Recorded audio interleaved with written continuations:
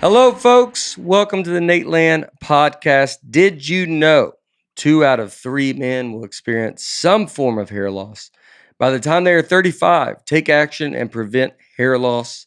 Go to keeps.com/Nate to get your first month of treatment for free. That is keeps.com/Nate for your first month free. Also, managing money can be hard and juggling subscriptions even harder. Never pay for an unwanted subscription again with Truebill. Go to truebill.com/Nate. It could save you thousands a year. Truebill.com/Nate. That special occasion is coming up, so get the gift that will last forever from Paint Your Life. Get a custom painting for your loved one. I'm sorry. For a limited time, get 20% off your painting and free shipping. Text the word Nate to 64,000 64000. Paint Your Life. Celebrate the moments that matter the most.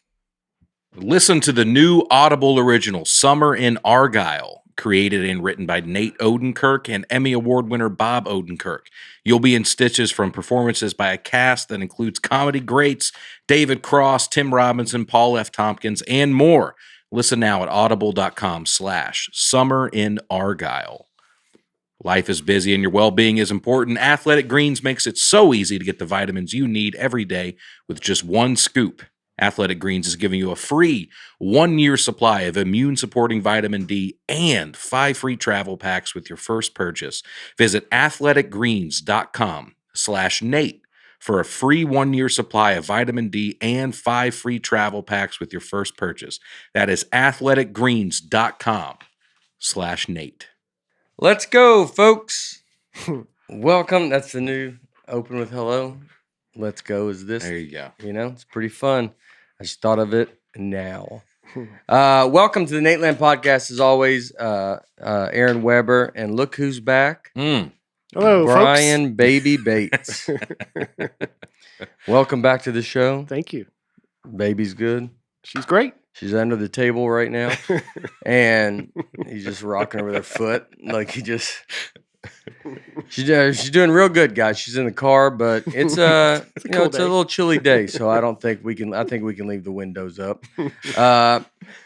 Welcome back. We will get into all of this. You know, we had the obviously the Grammys. We had you're back, and there's a lot of stuff. This kind of catch up episode. Vandy sent me the new hat with the V. Nice. I just changed it. I forgot that they, a lot of people don't like the V, but I think you're good. You're gonna. I get. It looks like the Vegas hockey really? team. I don't know for sure. But I don't know. I was at first. You're like, you don't want change. Yeah. And then you're like, I don't know. If this is all a sign of us growing then I'm, if it's moving forward, if we get a new state, it's all this kind of new thing, then yeah. Let's then change your way. So we'll start off with you guys. That's why we're here. So we're just we got a lot of comments from a lot of episodes. So we will get going and then we will get into everything else. Advertising comments. This is back to advertising. I mean, that was like 2 months ago. Yeah. Crazy. It's been a long time. Inner Ninja should be in the ninja part. Yeah.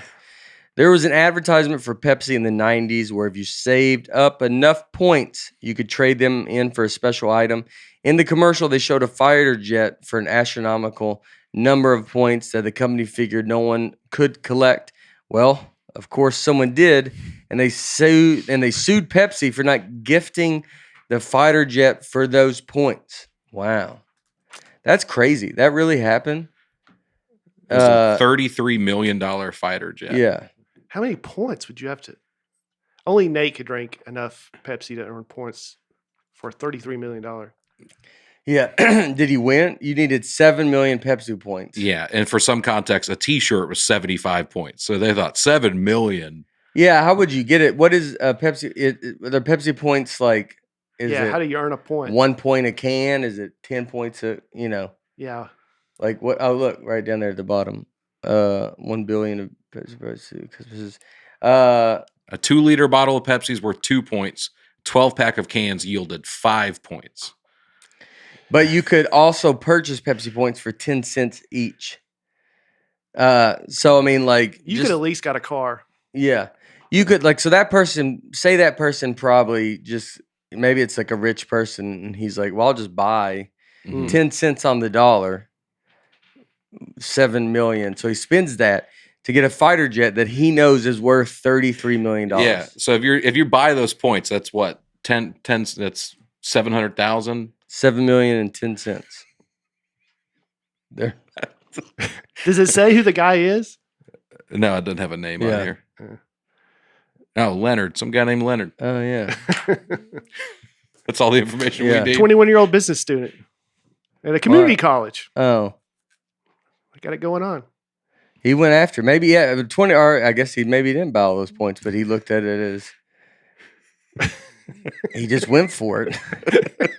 Yeah, y'all could have probably looked into the story more before you just read a comment. We figured out on air, but I'm glad y'all did. I'm back, baby. Yeah, here we go. I know. I think you have some. The first comment has a story to it that we could talk about, and you're like, "Well, let's just read it while we're taping it."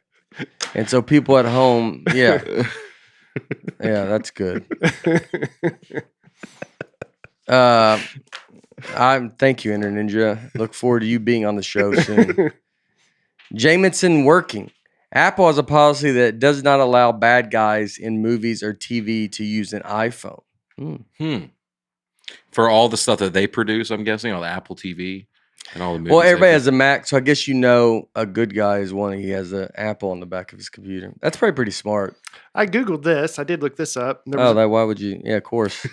The one that's self-explanatory that is really like nothing. But the cool one of the story where the guy got fired, we know nothing about. Well, I want us to, have some intrigue here. Yeah. There was a director who was interviewed, and I forgot what the movie was, but he said that Apple would not let the bad guys. Yeah, it's pretty much self-explanatory. Oh my gosh. Explain it again. All right, yeah, well, there's bad guys in movies. Well, if you have to call someone and you're a bad guy, you get an Android. Oh, so Apple has a policy that does not allow bad guys in movies or TV to use an iPhone? Yeah. Oh. What about the Pepsi thing where the guy got a fighter jet? I don't know. Let's look at it. Read that about it. I mean, it looks unreal. 33 million to manufacture it. 7 million Pepsi points. The jet was a steal. So he decided to go. I mean, we could do an episode on that. And nothing more than just what this is. I mean, you've had a baby, but you've been home for a month. All right. I don't know if I see a bad guy on a Mac and I think, man, that Mac must be bad. 46,000 cans every day for a year. It's 552,000 total ounces of Pepsi, 2.5 billion calories, 4 million in expenditure. What is that? Is that the word? How do you say it? Expenditure. Yeah. So what he did was he said, look, it's going to cost $4 million to drink enough Pepsi to earn that organically. Yeah. What he did was he just raised money, bought the points, like we said, $700,000. Yeah, that's how much it costs to buy 7 million points. Yeah. He mailed 15 Pepsi points along with a check for $700,000 and $8. I mean, this story is unreal, dude. We need to look into that. We'll dive into this. We'll follow up. Man, that's crazy. I mean, I was up. We could have a bang, dude, just to come out with one of the coolest stories ever. And just go, did you guys hear about that monkey died at that zoo? Oh, yeah, what happened? No, I just saw a headline about it. All right, next comment. Let's not read into it more. That was the last comment I put into. That was? Yeah. I was up like at 1 a.m. and I was like, I need at least 2 comments for every show. And I found that. I thought that's interesting, but I didn't look into it past that. Yeah. Well, that's, it's late to work till 1 a.m. I slept 4 hours the night before, but not joking. Well, I mean, I didn't sleep till I get up. Got a baby. You got a baby. That's true. You got a baby. Yeah. You're the first one to ever have one. So I missed this, guys. We're already back in it. We're back in it. Yeah. Single moms all over the world somehow figure it out. But Well, single moms ain't working on this podcast. That's true. They don't have it's hard to read a comment to Enter Ninja give you just within 1 second Googled it and read one article and it's all this crazy. All right. No, it's been crazy for you. Talk show comments. Ross Montgomery. I want to see Nate go on Hot Ones. That would be an incredible interview. I would like to see you do that. Yeah, you ever watch those? Yeah, I've seen some of them. I haven't watched all of them, but I've seen some of them. I met that guy randomly, like we were eating in a restaurant, and then he like came up, and we talked to him, like, and he was like with a group that we knew, and but it was like cool. I was like, oh yeah, dude, because that dude's huge. Yeah, massive. Very low key. Mm-hmm. Was very like when he sat down was like very like just like. He talked about it. I mean, this was probably a year and a half ago or something, but he just talked about what he was doing. He's like, yeah, we just do, talking about like he still loves it. And like he's, you wouldn't think like, and I knew him, you're like, oh, your thing's huge, man. Yeah. It's so big. And he's a great interviewer too. He asks really good questions. Yeah. And you see people try to answer them while they're dealing with the hot sauce. Yeah. And so like all the fake phony media training just fades away. Yeah. And you're like, oh, I'm actually hearing this person talk. Yeah. It's pretty awesome. Yeah, it's fun. Matt Lacombe. I've never related more with Nate than after hearing his disgust with septuagenarian. What's the word? Septuagenarian. Septuagenarian. I think I announced him. They won a Grammy this weekend. Keep it going for septuagenarian, everybody. The look on Nate's face as Breakfast and Aaron casually discuss the age range for septuagenarian, followed by his what? And whoever says that at least 15 times in 60 seconds was just more proof that he is the greatest average American. Thanks for all the great laughs each week. I appreciate you guys. Keep it up. What did it mean? Somebody in their 70s. Yeah. See, they can't even say that. You're making them feel bad. Because it's a word they can't say anymore. In your 70s, you start cutting. They don't have the time to get through that word. Time's everything. Once you get in your 70s, you think, I'm not saying it now. Mm-hmm. When you're in your 70s, I'm not wasting mine. I'm not wasting, a good 2 hours of my day just trying to, instead of saying 74. Septuagenarian. Yeah. Life hacks comments. Joe Tinty, but it looks like it says Thuente, yeah. but it's Joe Tinty. He put the pronunciation. Yeah, look at Joe. A lot of people put them in, and I usually just don't add them. Just let you read them. But that one is feeling nice. You have a baby, you got a little more sensitive. Mm-hmm. You go, all right, Joe. That's somebody's kid. That's somebody's kid right there. Somebody's son. Somebody's son. Mama Tinty could be listening. Yes. Yeah. I just want to let you know that one of your life hacks came in handy. I drink a specific victory beer each time my alma mater's college basketball team wins. The other night they won, and I was out of that kind of beer, so I had to go to the store to buy it after the game. They didn't have any chilled, so I had to buy it warm. On my drive home, I was trying to figure out how I would quickly cool it to drink in the same night. I had your podcast playing, and I kid you not, right after this thought popped in my head, you all mentioned the life hack of putting a wet paper towel around the drink and putting it in the freezer for 15 minutes. I tried it, and it worked. Although I did it for 30 minutes, if nothing else, your hacks made my evening a little more enjoyable. Have a good one. Well, that's cool. Look at that. Out here helping the world. Changing lives. That's what we do. Yeah. Helping people drink. Yeah. Well, he only has one after his team wins. What if he's like, who's your favorite team? UConn women's basketball. You're like, oh, well, so you're an alcoholic. The team that's never lost. Yeah. Who's your alma mater? Connecticut. Okay. Jeremy Reese. The life hack where you cross out words with random letters and numbers works great.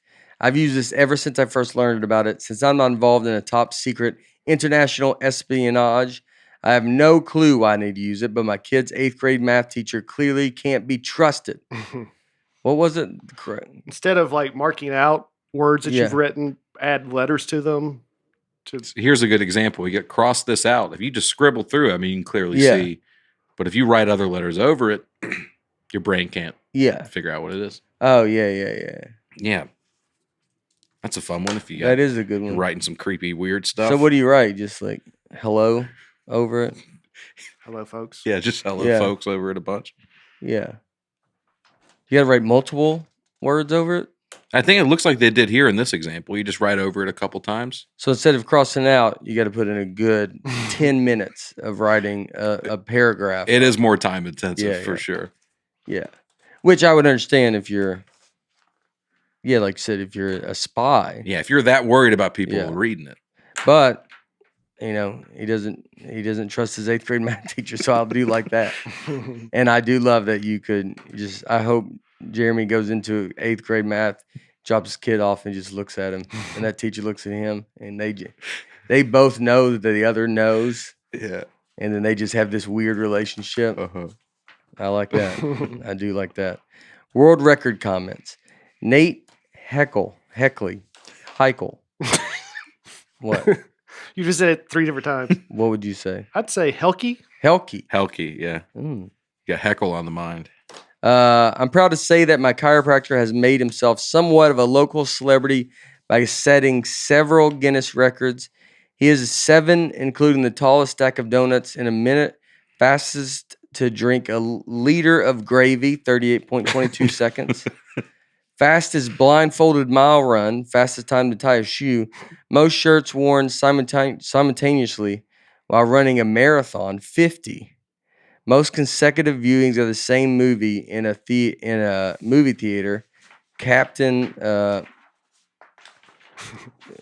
Marvel, 106 times in a row, and fastest marathon in roller skates. It shows you that you don't necessarily need to have a skill that no one else on earth has. You just have to be creative. Oh, wow. And you're like, how's he as a chiropractor? He's decent. He's decent. That's not his main. I wouldn't say he's crushing it, but he's not bad. He's got a lot of stuff he's working out to do. I mean, when he goes and watches that movie 116 times in a row, and you're like, Doc, my back is killing me. He goes, I don't know what to tell you. I'm on when I get done with this Captain Marvel movie. I will come. Is it Captain America? No, it's Captain Marvel. That's what it's called? Oh. When I get done with Captain Marvel, I'll come. He's like, well, what are you at? I'm at 4. Golly, You're going to watch 112 more times. His whole practice goes under. And he goes, I mean, you have so many. Why did you need that one too? Fastest blindfolded mile run. Tallest stack of donuts in a minute. I feel like I could. Imagine seeing that guy run with a blindfold on. Someone's like, what's that guy doing? You're like, I don't know. It's my chiropractor. I'm going to see him next week. Yeah. I mean, and he's doing all this stuff, and you're still only somewhat of a local celebrity. Like, you're not like, what town do you live in? Like, I hope you should move to a smaller town where you should be a much bigger celebrity because you've done a lot of stuff. Yeah. All right, I like it. I'll go to him. Yeah. I'd love to go to him. Your chiropractor was an Olympic athlete, wasn't he? Yeah, mine won a silver. When I only did it like for a little bit, he won a silver medal in the silver. I can't even say that. Silver Civil War. Civil War. Yeah. He doesn't have any world records though. He might.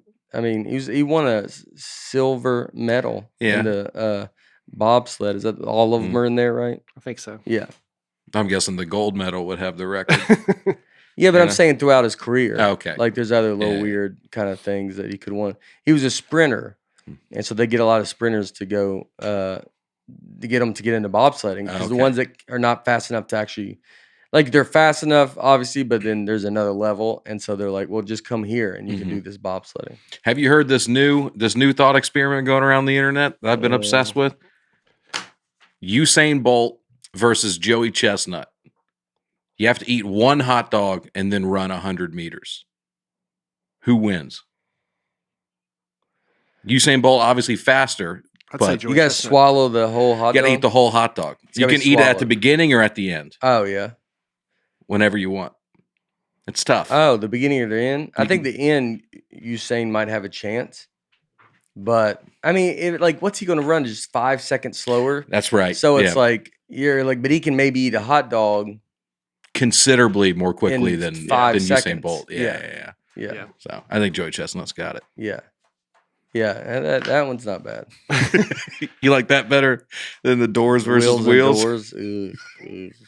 I mean, that was just, someone like how much you think about it, and you're like, all right, dude. Well, there's a wheel inside a wall okay, all right. That's the I point guess. of it. But though. like cabinets are like doors, right? We'll call them They- Doors if you want. Well, We've see, got- you're doing the same thing. We've got some comments in here about that. Okay. Okay. All right. We're waiting. Can't wait. Can't wait. Pergellum. Hello, folks. Greetings from Copenhagen. When y'all talked about the world's tallest man blending in, I really related. I am 6'9" and remember vacationing in Maryland. Everyone from the passport lady at the airport to the guy on the street would comment on my height with a "Do you play ball?" At Baltimore Aquarium, they had a machine that would measure you and compare you to an aquatic animal. When I tried it, it went, "You are 6'9.5". You're the size of a baby killer whale." And after a pause, it said, "You should play for the Celtics." In fact, I am an operatic. Wait, what is that? Operatic? Mm-hmm. Operatic tenor. Operatic. I've never seen that word. I'm guessing it means of an opera. Yeah. An opera, yeah. An operatic tenor. And I'm trying to find out if, in fact, I might be the tallest professional operatic tenor in the world. Most tenors are short, so I'm working on it. Would be a fun thing to have on my website. Yeah. I mean, if anybody knows, I would imagine you have to be. There's got to be, like 8 of you? And no, I don't know. There's got to be. I mean, there's probably a gazillion tenor because the bands are. Most tenors versus how many wheels. Who knows? You're probably the tallest person to ever live in Copenhagen and vacation to Maryland. Yeah, probably the tallest person to do that. There's a bunch. He might be the tallest. Are you the tallest that ever is in an opera? Maybe. I looked at Pergellum's website. Yeah. Oh, really? He's a pretty tall guy. Yeah. 6'9". Yeah, he hovers over the tenor. He's a tenor. Yeah, could you be the tallest singer? Is there even a singer that's none that I can think of? Like that's legit? Yeah. Like you might be way more than just. You're thinking too small, Jellum. Yeah, Jellum. I think you can go per. I think you can go. Yeah, I think you can go for a lot more. Mm-hmm. Like who vacations in Maryland? Well, I'm sure we go to Copenhagen's Maryland when we go up there. Whatever their Maryland is? Yeah. They're Baltimore. I'm sure we go there and see. I bet Maryland is pretty awesome too. Like there are parts of it that are okay. That's just a funny place. You live in Denmark. There's parts that are Let's go to Baltimore. I know, but Maryland's bigger. Okay. Right? Yeah. It's a whole state. Have you been to Maryland? I've driven through it. There you go. They went to the aquarium, Baltimore Aquarium. Yeah. They had nonstop flights. You could get the Southwest exit row where he talk about a guy that needs it. I'd like to just see his flight situation. What does he do? You got to get that seat with no seats in front of you. Yeah. On the Southwest flight. Yeah. Yeah. I mean, that's tough. I think he could be as far as our book goes, you're the tallest singer that's ever lived. Tallest Nateland fan that I know of. If you're taller than 6'9", let us know. Yeah. Mm-hmm. Could you Google tallest singer? Tallest singer ever. Yeah. I mean, Aaron, thanks for jumping in. Shaquille O'Neal. He's a rapper. Shaquille O'Neal played for the Orlando. Sorry. Charles Kelly from Lady A. He's 6'6", so he's close. But I mean, Peter Steele is 6'8". Who's Peter Steele? Steely He's Dan? from a gothic metal band, Type O Negative. Oh, he's 6'8". He's got you beat by 1 inch. Pergellum does. Pergellum's 6'9". Oh, that's right. Yeah, yeah you got Peter Steele built. Go on Notre Dame. I went to Notre Dame. We didn't do height. No, I didn't take a height class. 6'8", and he doesn't sing. Oh, is he? He is a singer. Yeah. It's probably a loose definition of singing. But still, Tallest opera singer. But still, he's shorter than Pergellum, so I mean, yeah, they come in all shapes and sizes.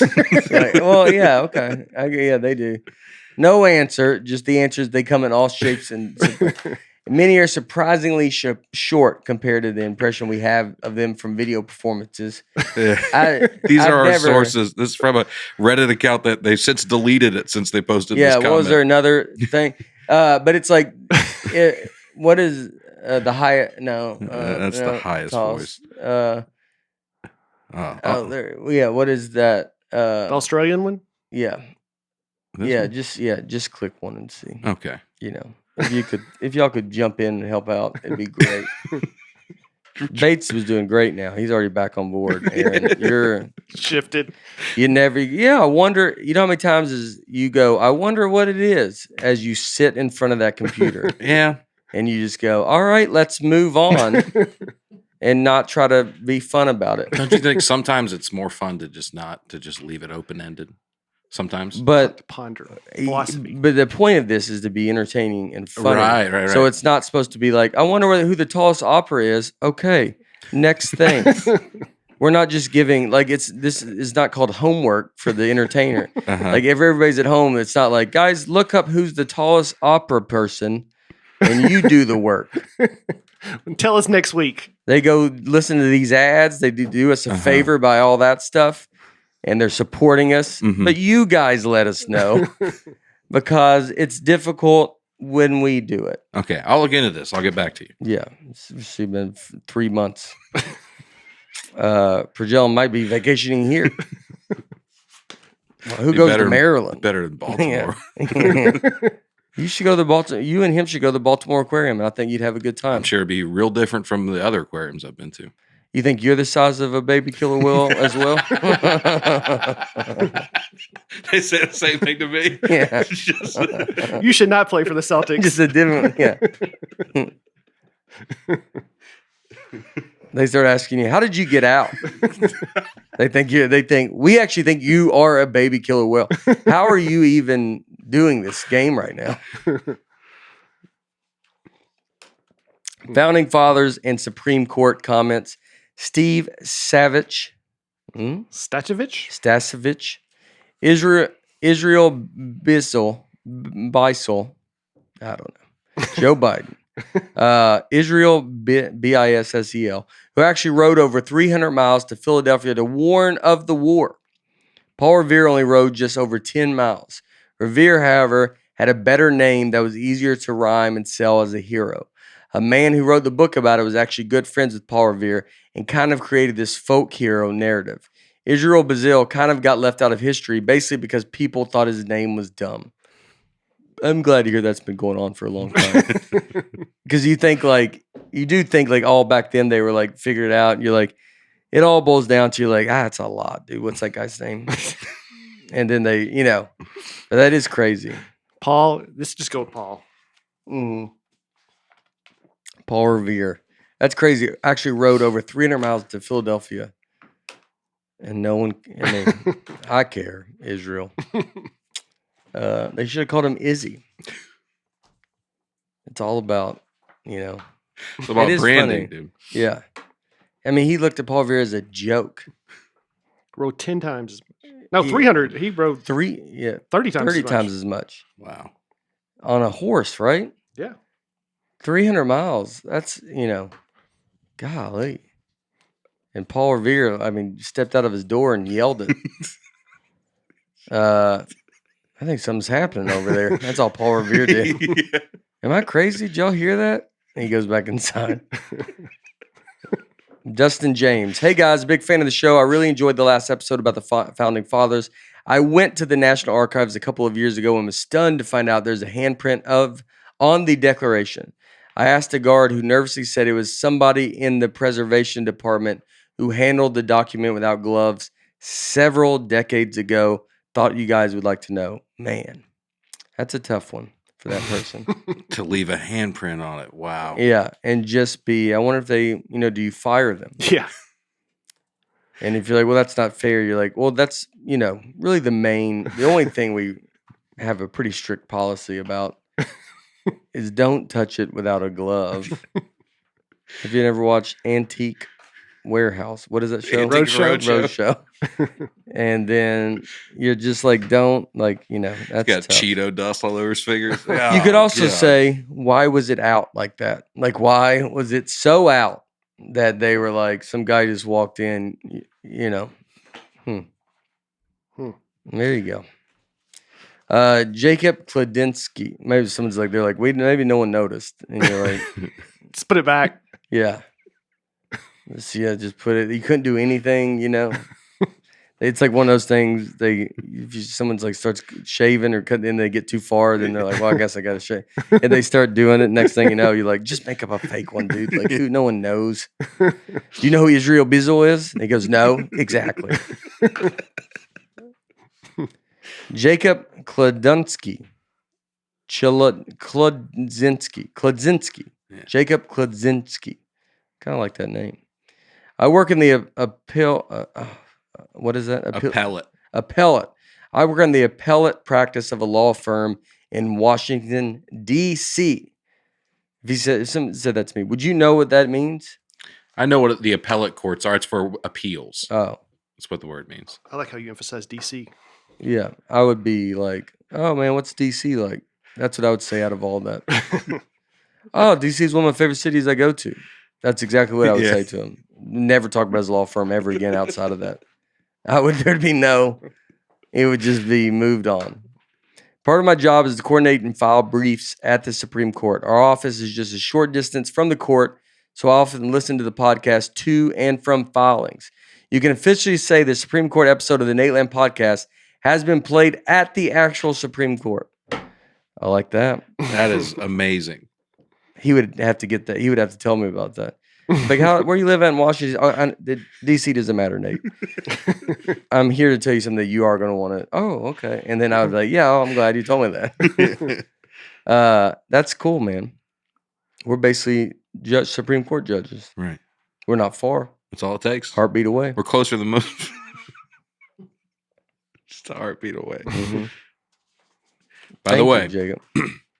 The biggest opera singer I can find is Boris Godunov at the Metropolitan Opera. He's a Finnish bassist. He's a bass singer, 6'7", 260. So the fact that this other person, Pergelum, is 6'9" and a tenor. Yeah. Strong case for the tallest tenor because I can't find anybody else taller. Strong case. Mm-hmm. Tenor's a higher voice. It's a higher voice. So bass is like, there's probably a bunch of. There's going to be bigger guys that are going to sing lower. That's a section that they got to spread them out a little bit. The bassist section. Do they have to? Little elbow room. Little elbow room. Oh, you need a little more room for sure. You're like, do you guys mind sitting on the actual floor? And they're like, why? He goes, no reason. I think it's fun to have you guys down front. He goes, all the bass singers. He goes, all right, that seems kind of rude. He goes, it's not crazy. We just don't want you up at the top. I think, Pergelum's got an amazing shot at this. Yeah. Mm-hmm. To ever be involved in opera. But, we will find out. Ninja and Samurai comments. Ezra Lerner. Perhaps I have become too PC, but when I initially saw the title, I was a little worried that the Ninja Samurai episode would be disrespectful to Japanese culture. I am happy to report, however, that there was nowhere near enough information presented about samurai or ninjas for someone to say something insensitive, even if they wanted to. I learned more about ninjas in the Magic Treehouse book I read in elementary school, and yet I love the episode. I'm thrilled to have a podcast I can come to when my brain needs to cool off. There you go. We're too dumb to get insensitive. Yeah, there wasn't an opportunity for me to say something bad about him. When your brain needs to cool off. I like That's that. a good way. That's a good way to your say brain it. working too hard out there in the real world? Yep. Yeah. Come wind down with Nateland. How you doing? Welcome to the wind down part of your day as they go. just zone out. Hmm. We're basically like one of those tanks people lay in, float in that water. What is that? A sensory deprivation Yeah. tank. Yeah, that's We're like that. We're that of podcasts. Just float off in the Dead Sea. We're just basically we're the Dead Sea of podcast. Isn't that the one where people float? that's where we yeah. We're the Dead Sea of podcasts. Just Yep. like kind of just felt calm. Mm-hmm. Matt Greenwald, how often are you not finishing a bowl of cereal that you would even need a garbage disposal, let alone a toilet? I've never not finished 1, 2, or 3 bowls of cereal in one sitting. Flushing cereal is mind-boggling. Well, it's hard to get it down when you know the outcome is you got to flush it in the toilet. So I would have trouble with that. I think that would make me sick to my stomach, Yeah. and then I couldn't always get it all down. Or, if you're a kid, yes, right now, what was his name? Matt? Matt. Greenwald. Yeah, right now, Matt, I've never not eaten a full bowl of cereal. But as a 10-year-old, there's probably millions of times, like, I don't want to eat. I'm just like, okay, I got to go, bye, And I'm trying to get out of there before I have to flush it. Dylan King. Hello, folks. I heard Nate on a Geico ad, and at first I couldn't pinpoint the voice, but then he started reading like how he does on the pod, and I smiled. Yes, I am on a Geico ad. A couple of radio ads, right? Yeah. We went in, I got asked to do it. This comic I knew a long time ago, Roger Hales, he's a great dude, very funny. Like, and he wrote it with me in mind, and then so we did. I was in Salt Lake. I did it when I did the shows in Salt Lake City, and one night before the shows, I just went to like a recording booth place and just kind of ran through it and did all of them. Yeah, it was fun. It's neat. Like, that stuff's neat. It's like just a lot of people have hit me up, and like it's like I haven't heard it yet actually on the radio. Yeah, me either. But it's cool. That's awesome, man. Sydney Horn. My wife Kaylee texted me a trailer for a new game called Aperture Desk Job. I can't say that. And asked, "Does this sound like Nate?" To our amusement, it turned out you weren't just a voice from the trailer, but the main character throughout the game. We just finished playing it, and it was great. You were hilarious as Grady the robot. Thank you. Yeah, that's another one I did. That was very cool. I was like, this kind of stuff is like very exciting. What is that? So it's Steam Deck. It's basically this video game that they're making like their Nintendo Switch. They're making their Steam Deck is making their version of kind of that. And the people that did, I think they did Half-Life, and they did a bunch of Valve. They did Half-Life, a bunch of big games like that. And this game was actually very big. And so I'm the voice of the That's robot. you right there. That's me right there. Yep. Yeah. And then it was cool. Does it play? I don't even play. I can find the video. These are just screenshots. There you go. That's a pretty good idea. And then Where's it? Oh. Yeah, I'll pull up the video. All right. yeah. I mean, this is a catch-up episode, but let's look into it as we just yeah. All right. All right, that's my bad. I should have said Yeah. that to you. I mean, That's all right. ooh. Here you are, Nate. This is Yeah. talking once this loads. I mean, let's do introductions later. You should really already be. I'm surprised you're not fired It's like you're doing the exact same thing you just did us. Yeah. You are a product inspector. Yeah. That is your inspection desk. There in front of you, you will be inspecting. Yeah. All right. That's so cool, man. That's good. Yeah, it's awesome. It's neat. I mean, that's the stuff that I always want to do. It's like that, you get in like a Disney movie, like it's like that. I love that stuff. Mhm. That was so cool. And then when I saw it when it came out, and it was like, wow, this is crazy, dude. I haven't played the game yet. I think they're sending me one, but yeah, it's crazy. And I mean, I don't know what they do, if they make a new one, or I don't know. I'd love to be a part of it more. It was very cool. And that stuff is like, you just go in there and do it. They say it. The guys that was in there with me that did it, they're so good. And so like, they're very supportive. And like, you say something, they're like, that's so great. Do it. Now say it like this. It was just cool. Very fun. Spencer Day. I would love to hear Nate describe the plot and main characters of well-known films he's never seen. His description of Harry Potter and Dances with Wolves had me dying. I What's posted another? a video of you last week talking about how you've never seen Dances with Wolves, and then a previous episode where you talked about your Yeah. favorite scene from Dances with Wolves. And how I y'all watched it remember over that. and over. Well, I think we just watched that scene. I didn't watch the whole movie. Okay. But I saw that scene where he's like, what is that? What is that? Put that in your book. So I remember just seeing that as a kid. I didn't watch the movie, and I don't remember anything. So I don't know what I would watch it, and the only thing I would remember is that scene. Justin was absolutely right. It is so similar to Last Samurai. It's both Civil War soldier, disillusioned, and then meets this other culture. At first, it doesn't like them or doesn't know, and then becomes one, basically. Yeah. It's so similar, the plots. But one is Kevin Costner, one is Tom Cruise. Yeah. There you go. Yeah. I don't know what's another movie that you could do a description of. Yeah. That you haven't seen? Yeah. Shawshank Redemption. Yeah.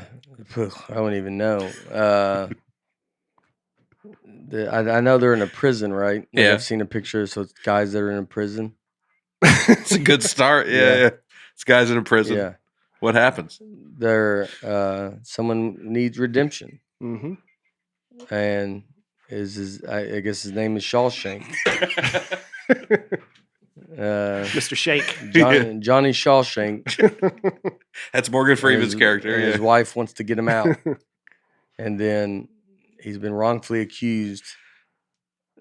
That's Okay. part of it. Yeah. And then the other guy that's in it, that's pretty famous, is like, well, let's get him out. Yeah. I don't even know. I don't know what any of it. You're not super far off, to be honest with you. Okay. I need to watch it, so don't tell me. Okay. I see it all the time. Every time I see it, I go, it's like a whole thing. It is a whole thing. And then you're Yeah. like, so I got to be in the right, like, kind of whole thing mood. You can't be tuning in and out. It can't be No. secondary. No. You gotta I would say sit at this down. point, there's no way it could live up to your expectations. That's just not true. It will for sure. I bet I could like Come it. on, You know dude. that one, No Country for Old Men, I didn't see till very late. And that's one that you told me about that I'll watch. I watched some of it again last night. I did too. When I Yeah. was feeding Eleanor, Oh, it was only like 1 yeah. a.m. And Yeah. and Who's Eleanor? all right. I'm sorry, I'm getting ahead of myself. Yeah, it's It's great. yeah, it's great. And then that other one you told me about, the blood, where there be blood or something. There will be blood. There will be blood. I don't think I think you told me about Oh. that. Hell or High Water. Yeah, I've only watched that once. For some reason, I don't want to go back to it. And I think I want to, then I'm like, I don't know. Yeah, it's a whole thing. It's a whole thing. If something feels a whole thing to me. But There Will Be Blood, it's like Daniel Day-Lewis is like, I just can watch him. He's like, unreal in that movie. He's just so like intriguing to watch. And you're Mhm. just like, I like hearing him. I like it's I didn't watch Lincoln, and I should probably watch Lincoln because he's in that. Mhm. And like he's just so good that you're Mhm. like, I could watch this guy forever. Now, last week you were kind of making fun of method actors. I think Yeah. I think you called them character actors, Yeah. but you meant method actors, right? Yeah. And he's the ultimate. So he probably wouldn't be a fun hang, but I think he would be out of all of that kind of world. I think he's got to be one of the better because he just ducks out. Like he does. It's a dude that comes in and does his job, and then I don't know Mhm. where he lives. Like, I think probably has a pretty much normal life outside of that. He's the greatest actor maybe of all time. Yeah. And so he just seems crazy. Jared Leto is I like 30 Seconds of Mars. Enjoyed that one song. And I listen to that a lot. But like, and I get like he's great too. Yeah. But then he's also like kind of mixed in the Hollywood kind of world. So I'd almost be like, at least like if you're gonna do it, then go do it. I don't want to hang out with you and then you're like, after 4 months, you're like, yo, what's up, man? Good to see you. And you're like, nah, dude, you made me real weird for that whole thing. And now you go just act like we can just go sit and watch a UFC event together. Yeah, yeah. And then know that when you're filming a movie, I can't even call you for 6 months because you're gonna be a hello and answer it real weird and talk something, and I gotta be like, "Do you want to go when the movie's over? McGregor's fighting. Would you like to go? I guess I would like to go to the, And you're like, all right, dude, I can't. Did you ever see the movie My Left Foot with Daniel Day-Lewis? Okay. about a guy with gout. I don't think it's Is it? gout. Yeah. But it's about a guy who only has control of one foot, right? Yeah. And I've read stories about when he was preparing for that role, he would live like that with only his left foot Yeah. in a wheelchair. See, I think I know I'm contradicting myself. I guess there's the only two I know. But I think Daniel Day-Lewis, he doesn't you have to read about that. Like I'm sure it's like he's preparing for his work and he does it. I wouldn't think he would be a bother. Like I don't. Is there stories of him being a crazy person? Like I don't think he's a bad. When I know when he would go eat, there was him wearing the Lincoln stuff and he would wear it. But it's like but he's got to go eat. But I don't think he was like. I think people respect it. Like it's like it's it's like being around Michael Jordan where you'd be like, yeah, that dude's intense. You're like, well, at least I'm getting the greatest thing ever out of it, right? And so like I understand it, Mm-hmm. like because you're like, I think Jim Carrey did that with Andy Kaufman. Yeah. I think he was like a problem because he was Andy Kaufman all the time. It wouldn't turn it off. Yeah, and was just difficult to work with. I could see you have to get into it. Like I understand the commitment to it. I get it. It's like just like I said, just do it. Mm-hmm. Just be like I kind of need my own. Like if I want to make this, this comes back to me. I think people just should say stuff. I just think, what's the nicest way I can do this? I'm not against doing it. It's like, but what's the nicest way I can do it to not bother the people that I don't. They shouldn't have to. When you go walk around.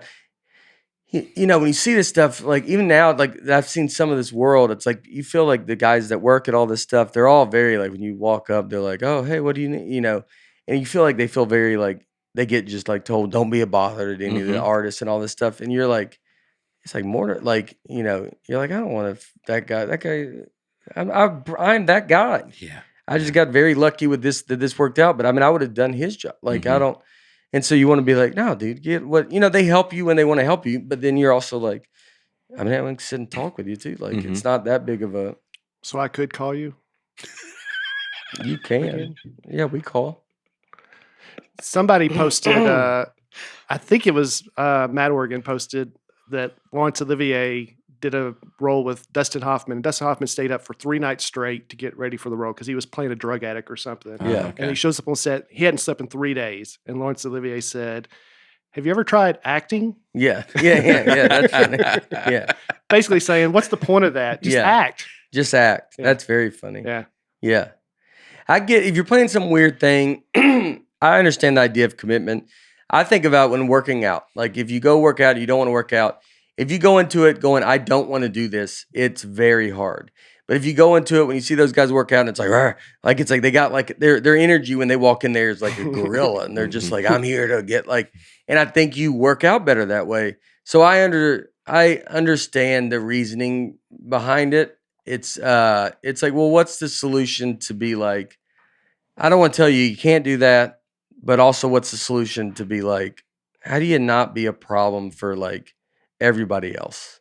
You know what I mean? Yeah. Like, so your solution was just put them all in a cage. But my solution is just let them be in one part and be like, these movie stars can get whatever they want. Yeah. And I'm sure they do, but you're like, yeah, just like we've created, I want a world created over here. And then Jared he's like one of those bulls that they have in the cage. And eventually and the guys in the middle and they're just like, I don't know what to do. And you're like, then you're doing it. So like do that and then put them back in that. Then be like, let me go back. This is what I have to do. At least keep me. You're like, I'm going to be a night. You're like, dude, I'm going to be a nightmare. But the only way for this to be good is for me to be a nightmare. So I have people that know how to deal with me when I'm this kind of way. Yeah. So let me just be in my world over here. I don't want to be. I would even maybe go meet everybody before and just like, hey, I am a normal guy. Like this is just how I do it. I really appreciate it. Like it's like just have just some humbleness about it, and then be. But maybe he does. I don't know if he doesn't. Yeah. When I was on set for my TV show, I didn't want to be talked to. And you remember I was in that cage and I was like, just let me stay in between takes because I was in the zone.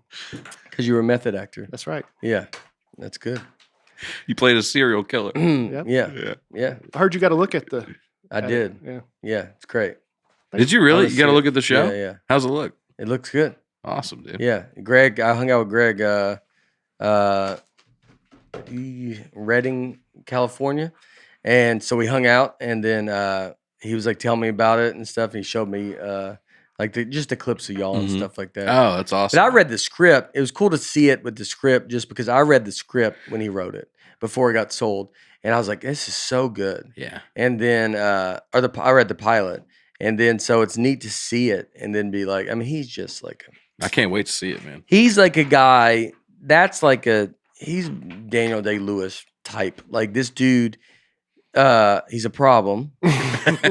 And no, but he would never, he'd be mortified me even saying this, but he's another level of like, this dude's really like unreal talent. Uh-huh. But like the most, I mean, he does stuff where you're like, I mean, I would be like, just take a flight. He's like, I'll just drive 14 hours. You're like, I'm not even saying fly private. I'm saying like, Yeah. I don't know, dude, go Southwest. fly Southwest or like just be normal and Yeah. make it easy. He's like, I'll just drive 15 hours. You go, okay. I told you let me use his trailer when I was, Oh. I was just like, he's it's the crazy. best, dude. He's the best dude. Yeah. And is so good.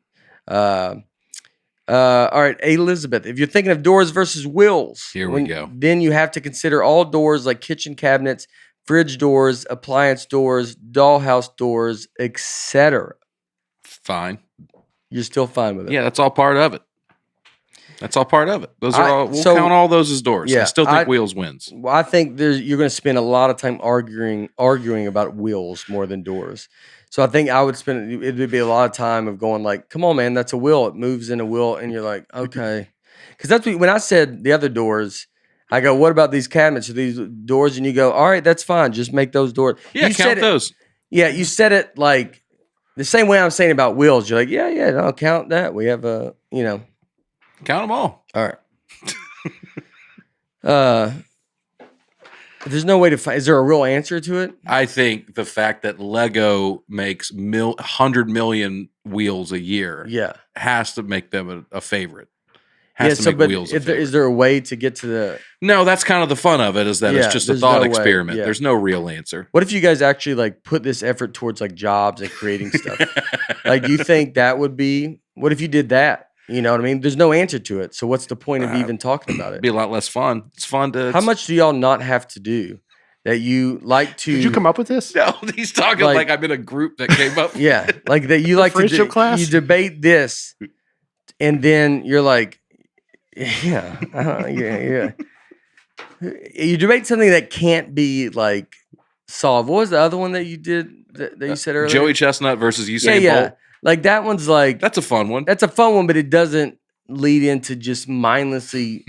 I just look into the first one that you're like, well, a nut is technically a wheel. You can wheel it, and then you're like, all right, dude, I can't. You're just throwing stuff out of everything. You're like, my aunt's got a fake knee. There's a wheel in there and I'm like, oh god. So she's in the house, and you're like, yeah, she lives downstairs.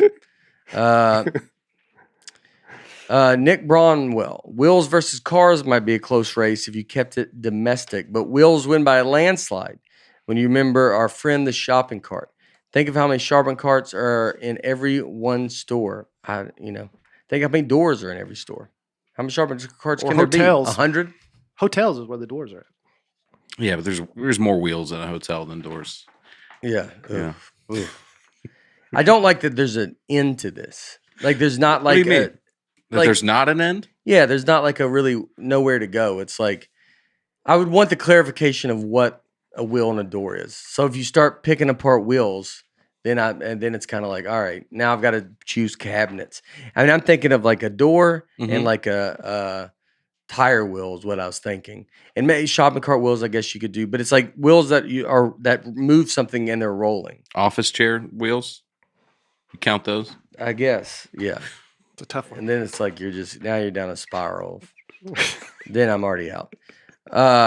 Robbie Amrin, Amrein. ISIS isn't palindromic, Aaron, but luckily I still love you. Yeah. Mm. That was a word I was real excited to use, and then I realized right away. You ever say something wrong, and then you realize it, but it's too late to correct it? No. So you just... Never admit defeat. Yeah. Just move on. Okay. I don't know what you're talking about. So is a palindrome a word that's spelled the same? It's spelled forwards like and race backwards? car. It's like spelled the same forward and backwards. Yeah. Oh yeah. Dimitri Martin has the world record for longest palindrome. Oh yeah. Yeah. So ISIS. You said ISIS was. I said it's palindromic. Yeah. And So it's that'd be- not. I mean, it's clearly not. CC. Yeah. Mhm. Sissy. It's the opposite of what they want to be. It's actually an insult. You know, you call y'all backwards, you be in a group of them, and then you're like ISIS. You know, you're palindromic, and they goes, "Oh, what's that? It spells name backwards." And he goes, "What does it mean?" You go, "Sissy." Then you're just dead immediately. Before we get into Grammys and move on, let's read these ads. And always we say thank you guys for supporting this. This does support us and supports, the future of where we're going with Nateland and stuff like that. And this is the start, and you guys are a part of it.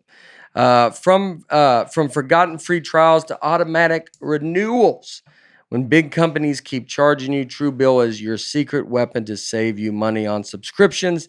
Truebill is the new app that helps you identify and stop paying for subscriptions you do not need, want, or simply forgot about. On average, people save up to $720 a year with Truebill because you're paying for nonsense. I mean, your Planet Fitness thing is this. I know. That's what I It's needed. for you. And I bet you so much stuff. I mean, that you're like, oh, I look at my subscriptions sometimes in my app, like on the, and I'm just like, what? Like, Yeah. and you forget you sign up for it. They just do it. They make them hard to cancel. Truebill makes it incredibly simple. Just link your accounts and Truebill will cancel your unwanted subscriptions in one tap. That's so awesome. And there's stuff you can do about like getting off mailing lists and stuff like this. This one actually truly that's annoying. Mm-hmm. This one is it's going to save you a ton of money. And your Truebill concierge is there when you need them to cancel unwanted subscriptions, so you do not have to. Truebill found a subscription that Laura had signed up for, and so did I. So we were paying 2 times monthly.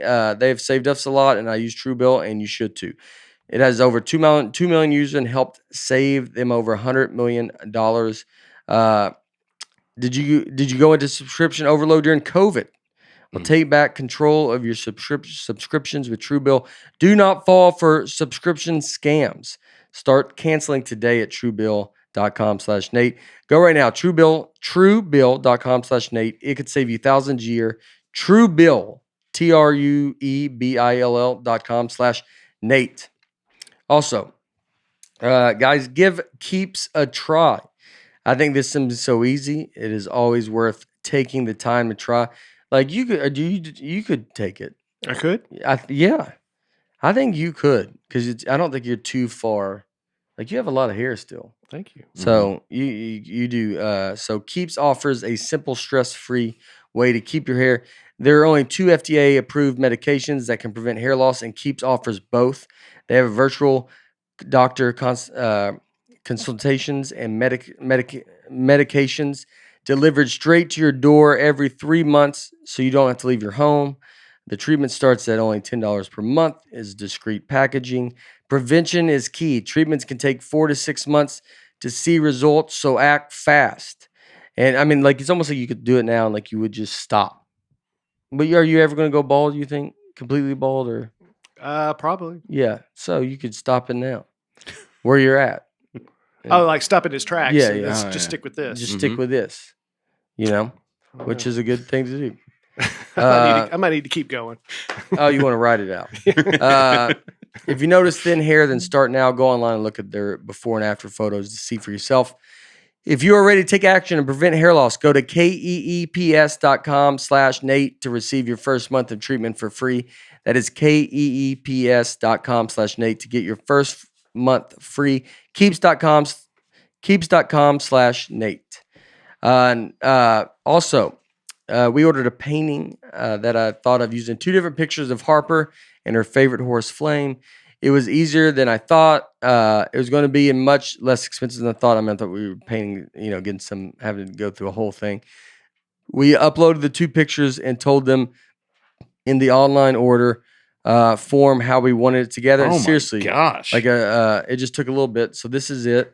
So if you see it in the Airland camera. But so she took a picture, and the other horse was a different horse. You know what? I got the other one. Yeah. On this That's amazing. Yeah, it looks so yeah, I don't great. know how to. Okay, it doesn't matter. But I had the picture with the other one. But it was just another horse, and she was looking at it. So then we did that with Flame, and it's her favorite horse, and it's a very cute picture. Paintyourlife.com. There's no risk. If you do not love the final painting, your money is refunded, guaranteed. And right now, as a limited time offer, get 20% off your painting. That is right, 20% off and free shipping. To get this special offer, text the word Nate to 64,000, 64000. That is Nate to 64,000. Text Nate to 64,000. Paint your life. Celebrate the moments that matter most. Message and data rates may apply. Terms apply. Available at paintyourlife.com/terms. Again, text Nate to 64,000, 64000. I got a big drive coming up. I'm excited to listen to this. The new Audible original, Summer in Argyle, created and written by Nate Odenkirk and his father, Emmy Award winner Bob Odenkirk, who's an all-time great in the industry for sure. Pop in your earbuds, visit the town of Argyle, Ohio. It's a place that celebrates the spirit of close enough and enjoys both an annual hot dog eating contest and an annual murder. Explore the town's hot spots, like the DMV that's also a fancy restaurant and the world's largest lost and found, or get stitched up by the local surgeon who's also a magician. This sounds like a lot of fun. You got performances from a cast that includes comedy greats like David Cross, Tim Robinson, Paul F. Tompkins, and more. Listen to this. This is one hot dog murder comedy with everything on it. Visit audible.com/summer in Argyle and listen now. Hashtag Summer in Argyle. That sounds like great. I want to check that out this weekend.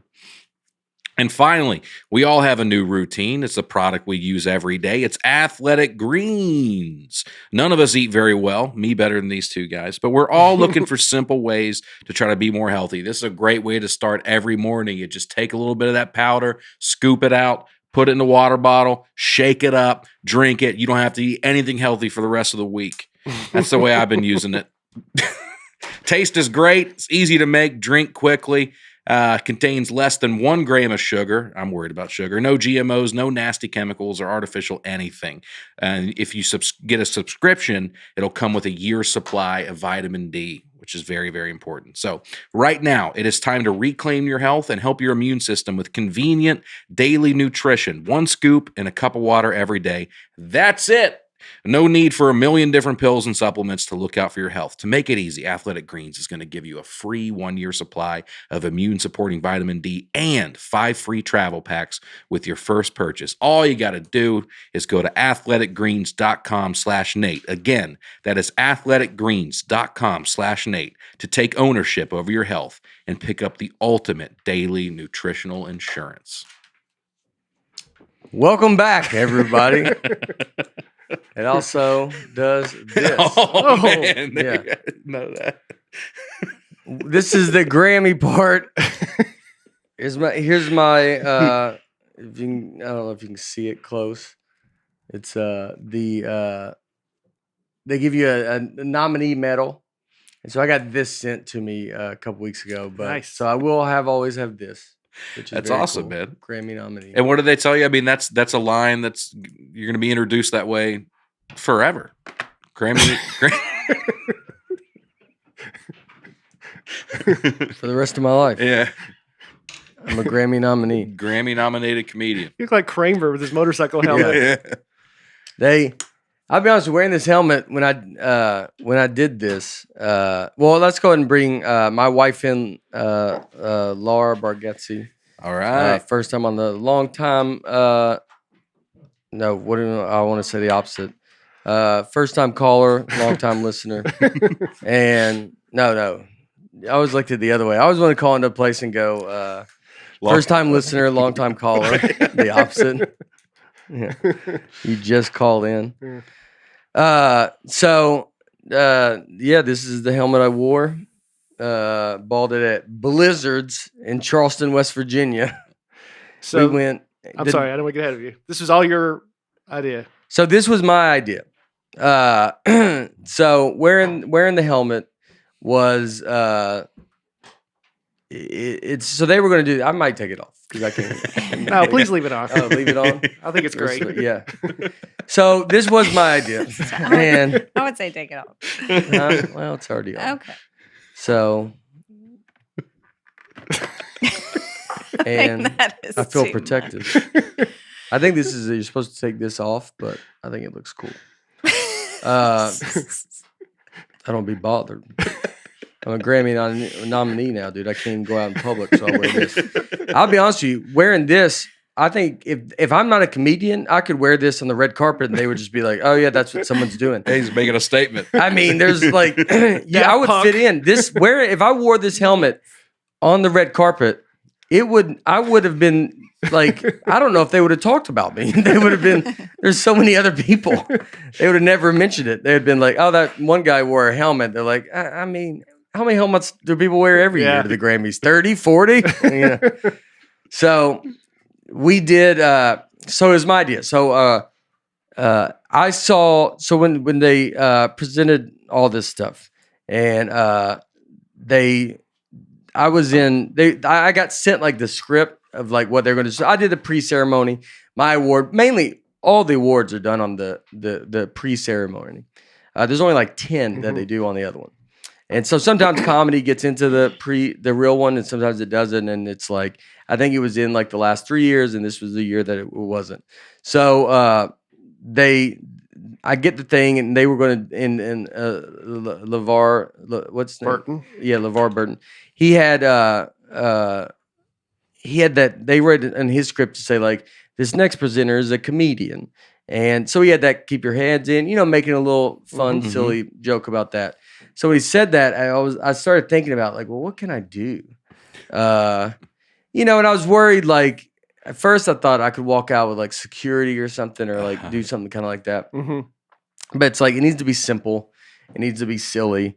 This is not the most original thing in the world or whatever. It's like, I know all of that, but I know I'm also the first comedian to present since that happened that last Sunday. Right. Yeah. And so I know everybody's like, well, I'm tired of this is social media. I don't think it's everybody else. Social media is its own people.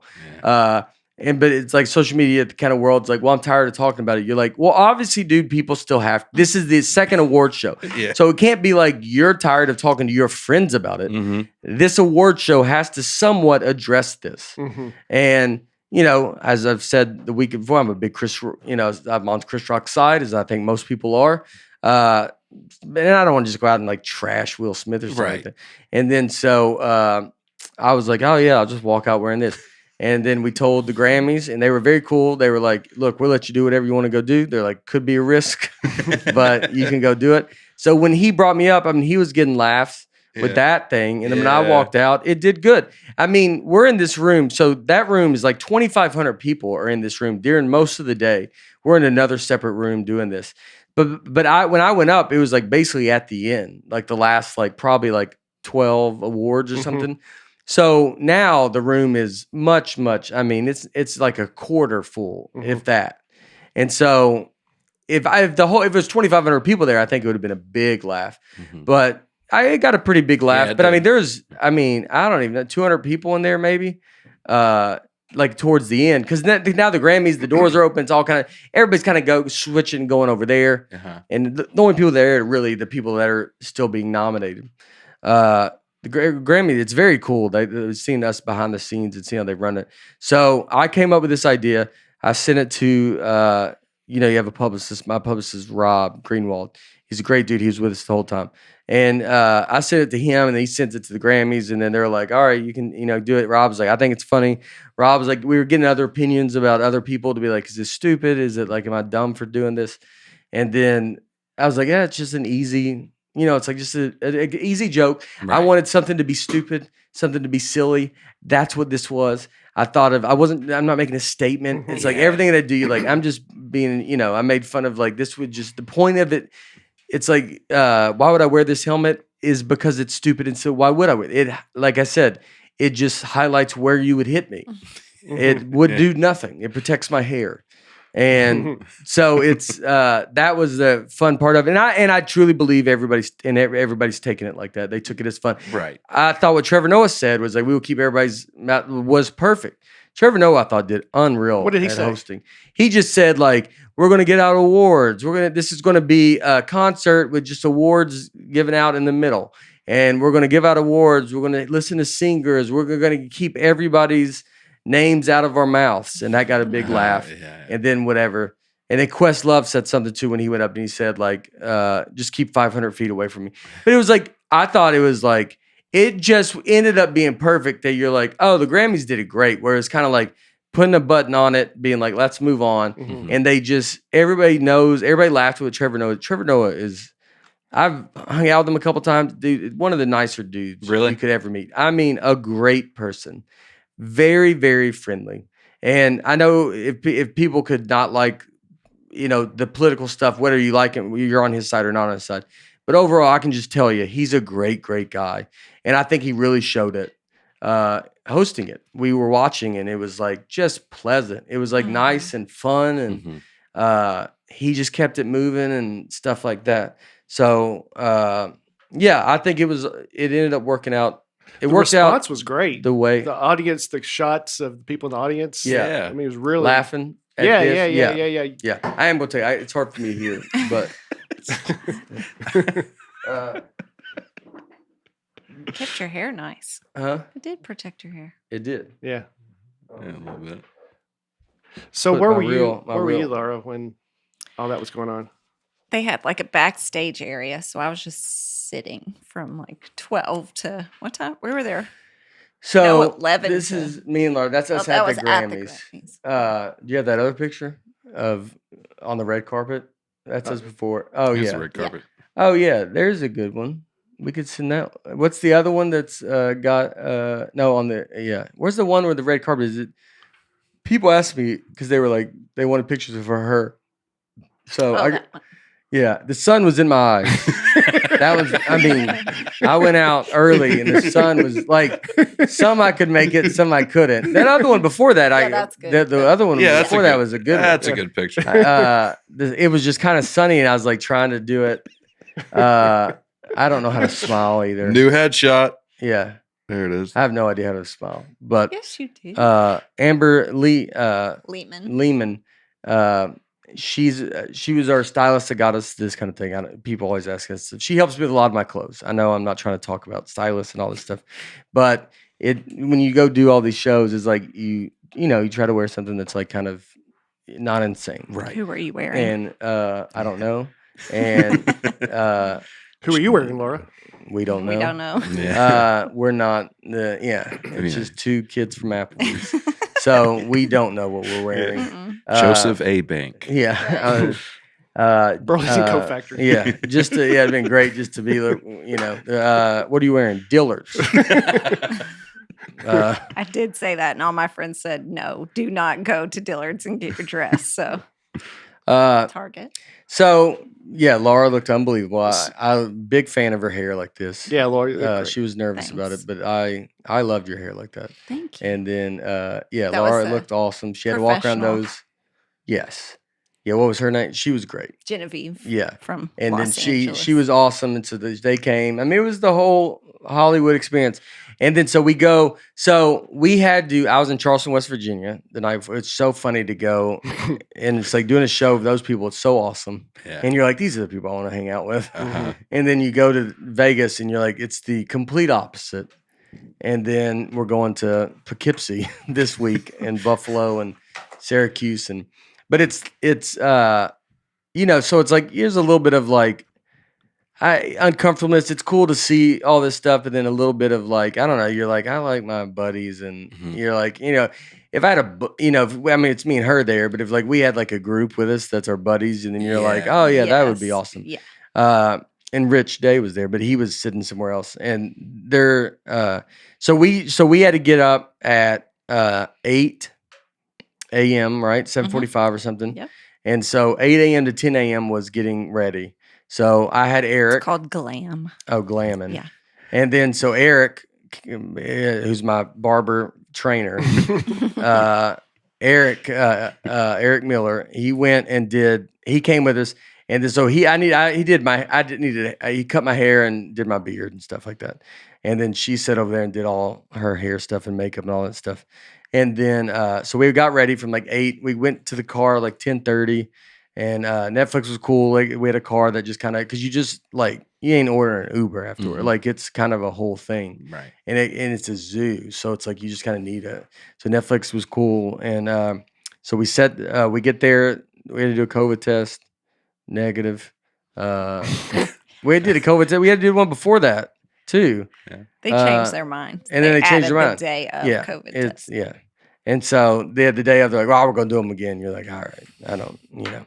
And so we did that. We got there we left the hotel at 10:30.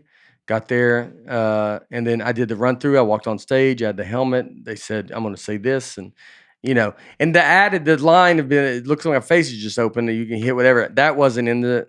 I wrote a little bit of a longer thing, and they were like, just say they require comedians to wear these now. Mhm. And so I was like, all right. So they just cut it down to like, you don't need all the other stuff. And then I was like, if it gets a laugh, and it got a laugh that I was like, oh, and then I'll just say like, you just highlights my face. And then I said, all right, this is stupid and silly. Like, because it's like, I wanted to be like, all right, this is not, we're just having fun. Yeah. I was just trying to make a joke. Like I get, Yeah. it's funny as you see people, we'd see some, I mean, it ended up being everywhere, Mhm. which is kind of cool. Like, it was like it was on dead. Like, I mean, it's like that picture, my dad, people in Australia, like everybody was sending it on all the, this news cycle of like comedian wears a helmet on, Mhm. or a lot of them are saying my name, which is nice. Some say comedian and some are saying my name. Yeah. And so it's at least, you could, I saw someone, and I won't say who, but they, later on in the night, and I went up to them. I haven't met them yet, and got introduced. And it's like, oh, hey, I'm Nate, whatever. And they go, oh, you wore that helmet? I go, yeah. And they turned away from me and walked away. God. I don't want to say who it is, but I'm not a fan anymore. And it was very funny though, just to be like, oh, did you wear that helmet? I'm also nominated for the Grammy. No, don't mention any of that stuff. But yeah, Was it Shay? Yeah, it was Shay. Was he there? No. They've won, and theirs was on that pre thing. So I think some can make it, some can't. Yeah. Brother Osborne was there. I know them, and so I was there. I saw them when they won, and all that. And so it was and we just kind of sit backstage. You kind of watch it. And there's enough going on that it's kind of fun to watch. I mean, when you're there in that live ceremony, I mean, we were there from 11 to we were hoping to maybe go back, like being able to like have some pockets where we could leave and go to a room or whatever.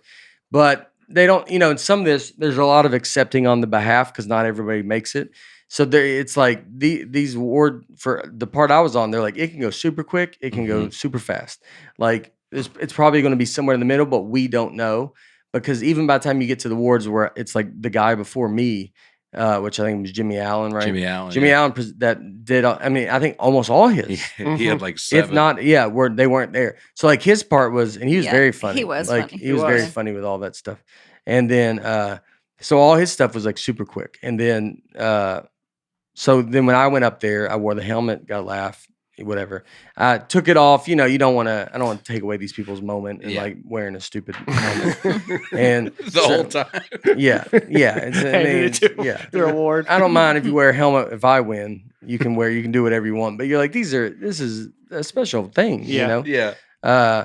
And so it was like the classical music categories. Yeah. So they were pretty serious. I would imagine. Yeah, they're very serious and rightfully so. And so I took it off, I said it, and then I know that, I mean, it was, I got some names. Like it was like you got some tough ones. So we went through it at the beginning too. This person like helped me like kind of pronounce the names and how to say them and stuff like that. She was awesome, very, very nice. And but yeah, the classical group is a tough one to get. Well, Jimmy Allen softened the ground for you a little bit. He was giving up on some names too. He was like, I can't pronounce. He just showed an envelope. Yeah, he was. I'm not even. He asked somebody for help. Oh, he did. Yeah. Oh, he just showed it. He struggling. goes, "This person won." And then he showed it to someone, and they said their name, and they came up. Oh, well, Yeah. Yeah, it's I mean, it's tough. It's like, and it was like, I was like, I don't want to just do a like, whatever this name, like, or feel this Right. kind of like you're blowing this person off. And Yeah. it's like, I mean, I didn't win a Grammy, and they did. So Mhm. like, Yeah. I thought it's- you did a great job. I mean, Thanks. You did. honestly, to like I looked at the names as you were calling them out, and I was like, I don't know how to say that. Mhm. I would just go. I knew if I could slow down, so I go slow, and they didn't put. I don't think the title was in there. Maybe it was, but so what I would do is, you're hoping.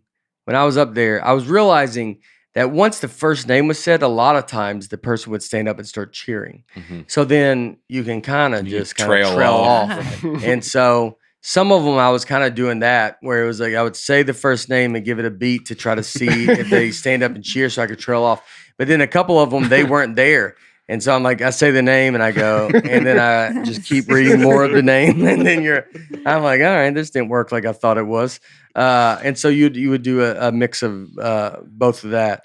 But luckily there was a few people that were there. One group that won, like him, she was like, oh, I love the helmet thing. She was very nice. I don't know if anybody saw it. There's a lady in a blue dress that walked up and said something. And my mom, you might have wondered too. My mom wondered. She's like, what'd she say? And I was like, oh, she said she liked the helmet thing. And then when the models came up, it's crazy. I'm trying to talk to them, and I just don't. As a comedian, you just don't know how to not talk to them. Yeah. Mhm. You're like, so what's up? And just saying, I'm just asking them stuff, and they're like, don't talk to me. They're like, they've been doing this for 4 hours, Yeah. and they're everybody's kind of, but so when I got the envelope, when we turned and looked, I was standing on my Ron mark. They have a mark of where you're supposed to stand. One says model, one says the presenter, and I would just be on a mix of both, not on one at all. Like, I was just like, there was towards the end, I finally was like, oh yeah, I gotta stay on this side. Yeah. They would always go to their mark, and I stood to the left of them sometimes, not supposed to be there. Like, it's a very simple kind of just go stand here, and then I think I'm in the way of them seeing the TV, and I'm trying to like bend down.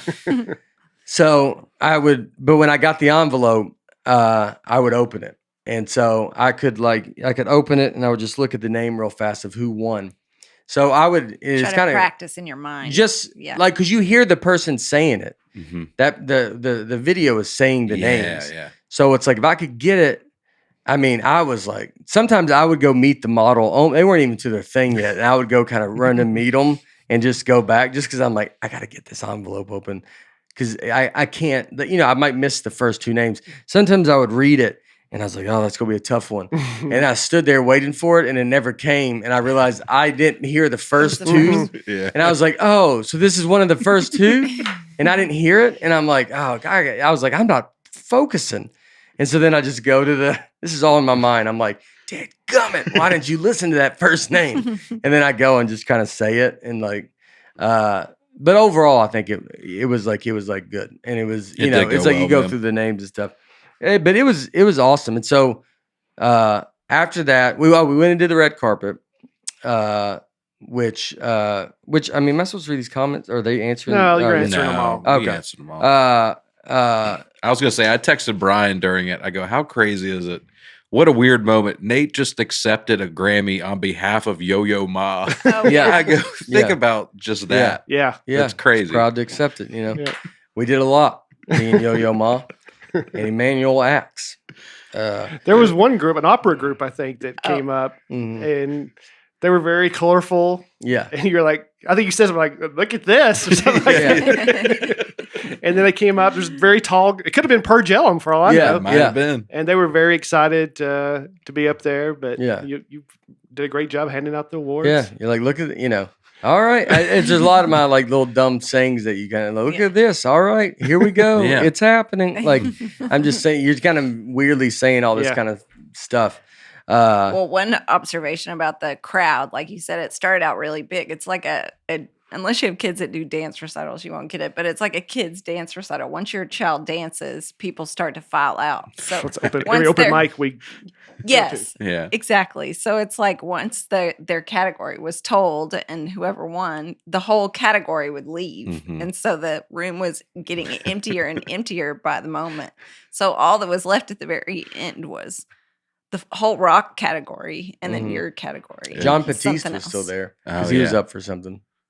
Oh, I didn't see him. Yeah. Hmm. It was kind of weird. Like I saw, because I could see him. Obviously, I mean, he won everything, Mhm. Mhm. but this one award. But it was like, so I would look at the name before because I'm trying to make sure I can say him, and he's nominated for award, and I can see him there, and then he's like looking and watching, and then I look at it, and like, and it's not, he didn't win, and You don't want to look back up at him like, no, it was crazy. You're Like, it was kind of weird. Like his friends were like, they're making like a video, and I'm already like, you're not gonna win. Like it's, I mean, even if it's 5 seconds, you really don't know until you open that envelope. Mhm. And so I was trying to, I don't know if I guess it's okay. I'm saying this, but I mean, I would open it. No one saw it. I did it I just was trying to make sure I just want to do Yeah. my best at giving these people the respect that they Mhm. deserve. But it was kind of crazy to be like, I know who he is, and then to look and see him, and it's like, is he going to win? He's winning everything, and it's just Yeah. I have the moment of going like, oh, you're not gonna. He cleaned up at the nighttime show. So All right. He won Oh, album he of the cleaned- year. I Yeah, he had think. the best speech of the Yeah. night. Yeah. He won. Yeah, he crushed it. Mhm. Yeah. He had a very big night, but it was just kind of crazy. Like, because I don't know who the other ones really are to look at them, yeah. but I could see him, and there's not that many people left. And you're like, it's like, I mean, look, I didn't win. Like, so the person that could open my envelope, they know I'm not going to win. And when you don't win, we had an amazing time. It does hurt not winning. I mean, you try not to let yourself get to thinking that you can win. Mhm. You really, really do. But in your head, you're like, I can't believe I'm even here. Right. And then, there's a mix of like, well, I'm the only comic presenting on this thing. You like, do Yep. they do that? Yep. Because I truly don't think that they don't know. People always, they say that they don't, it is, because my publicist was like, he thought there was like a system to be like, a lot of the people that were there were winning. Mhm. Mhm. And then he's like, all right, maybe they're only invited that presenters that are there, but then he would be like, no, then 5 wouldn't. And so it's very mixed. And so it's truly, you don't know. And, but it was like, when it happens, it was a moment like right afterwards. I mean, yeah, you kind of just like, I don't know. It's like, you feel like it's so hard to even get to that, Yeah. that you like, just let me win so I can I don't know if I could ever get back, but, You will. yeah, Yeah. we'll see. You'll put out a special next year, and then 2 years from now, Yeah. you'll win the Grammy. I got this. Not the Grammys do an awesome thing where they say in the thing like you are always it's something you get forever is you will always be introduced as Grammy nominee, and that is extremely special, and that's like you take that with a Grammy, and there's way more obviously Grammy nominees, and so that's the win is Mhm. is just to be the Grammy nominated. It's insane to say it. And, and I reminded myself as I, it was just, you really do in the moment. You're just kind of like, it's kind of bumming, and you're just kind of like, afterwards, you're just like, I don't know, the whole day you're thinking about it. You're like, what if I win? Yeah. Like, Yeah. and it's kind of like, well, what am I going to say? But I don't want to think about what I'm going to say, because I don't want to, have this speech that I'm going to go, then I don't do it. Mhm. But it's just mentally just trying to be like, I don't know what to do. And then Louis won, and Louis' special was great. And I know some are not thrilled, but it's whatever. It's like, we're not getting that, but but it was a moment of just like, all right. Mhm. I was proud to be where I was at. I got there as a stand-up comedian. Right. That's the one thing that I kind of thought of, like, as you kind of think about it, you're like, yeah, dude, how obnoxious do I think I can be that I'm like annoyed I didn't win? Like, I'm lucky to we worked at Applebee's waiting tables. Like, this is all past insanity. So I need to get off the high horse to think I'm not deserved this. I'm not owed this. Like, you try to remind yourself of that to be like, well, you chill out for a second, dude. Like the fact that you made it here is insane. And then it was what was I gonna say? What was I saying? Just about being nominated and how it's. Oh, and being nominated as a stand-up comic. Yeah. There is something in that I thought of, and I was like, you know what? I've never acted. I don't do any of this other stuff. I only got to and not saying that it takes away from anybody else. Mhm. I hope to act and I will get other stuff. But it was nice to be like, I made it this far with just this one thing that I know how to do. And so I did feel good with that. I was like, you know what? It's crazy, dude, and it's insane. And so it was like, as we went on, I was like, you're like, yeah, dude, this is unreal. I won. It's like you're a winner and like this but you feel a little self-pity right after, and then but you just knock yourself out of it. And by the end of the night, I was like completely great. If Lost you'd have money won, gambling. would you have thanked me and Aaron? No. All right. I would have. You have 10 they want you out of there, dude. And the thing is, and those, when you're thanking people, like when you're at the Grammys, everybody's there. Those people at the end, when they're thanking, I mean, there's not that many people there. And those people want to go. No one in that room. I mean, you want to hear your award, but everybody's ready to go. And so it's not like you're doing it for the camera. You're absolutely doing it for the people that need to hear it. And I mean, I would have thanked my, Laura, my family and all that stuff. And her family that's been always super supportive, and Netflix agent manager, my publicist that was there. Like, you try to go run through that, and then how much time would you have needed to get to me and Aaron? I mean, I don't know if I would do it on this podcast. We have 2 hours, so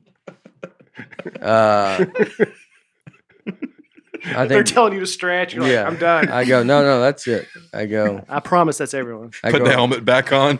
I go, I made it, even though being bogged down by Brian and Aaron every week, the opposite. No, but there's part of me that you want to thank. I want to thank people. Then there's part of me that I'm like, I don't know if next time I would probably just try to come up with a joke. And I would just try to do a joke, and I'll thank everybody properly, like on my Instagram or on this, or like, something like that.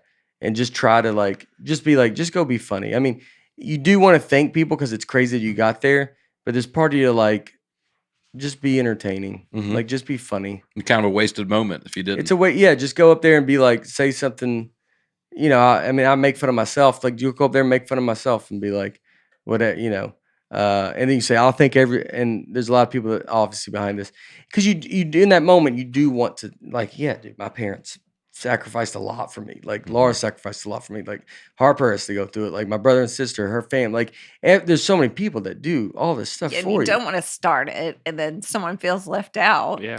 That would be horrible. Yeah. Like, you said him, but not me. You can't think of, there's so much that you could think of, and who you could think of. And so there's part of me that thinks like this one, I would have thanked people.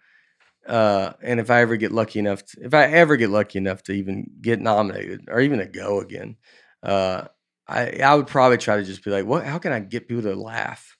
Like, what joke can I do that's very funny? And then just go up there and be really funny. And then that kind of thing.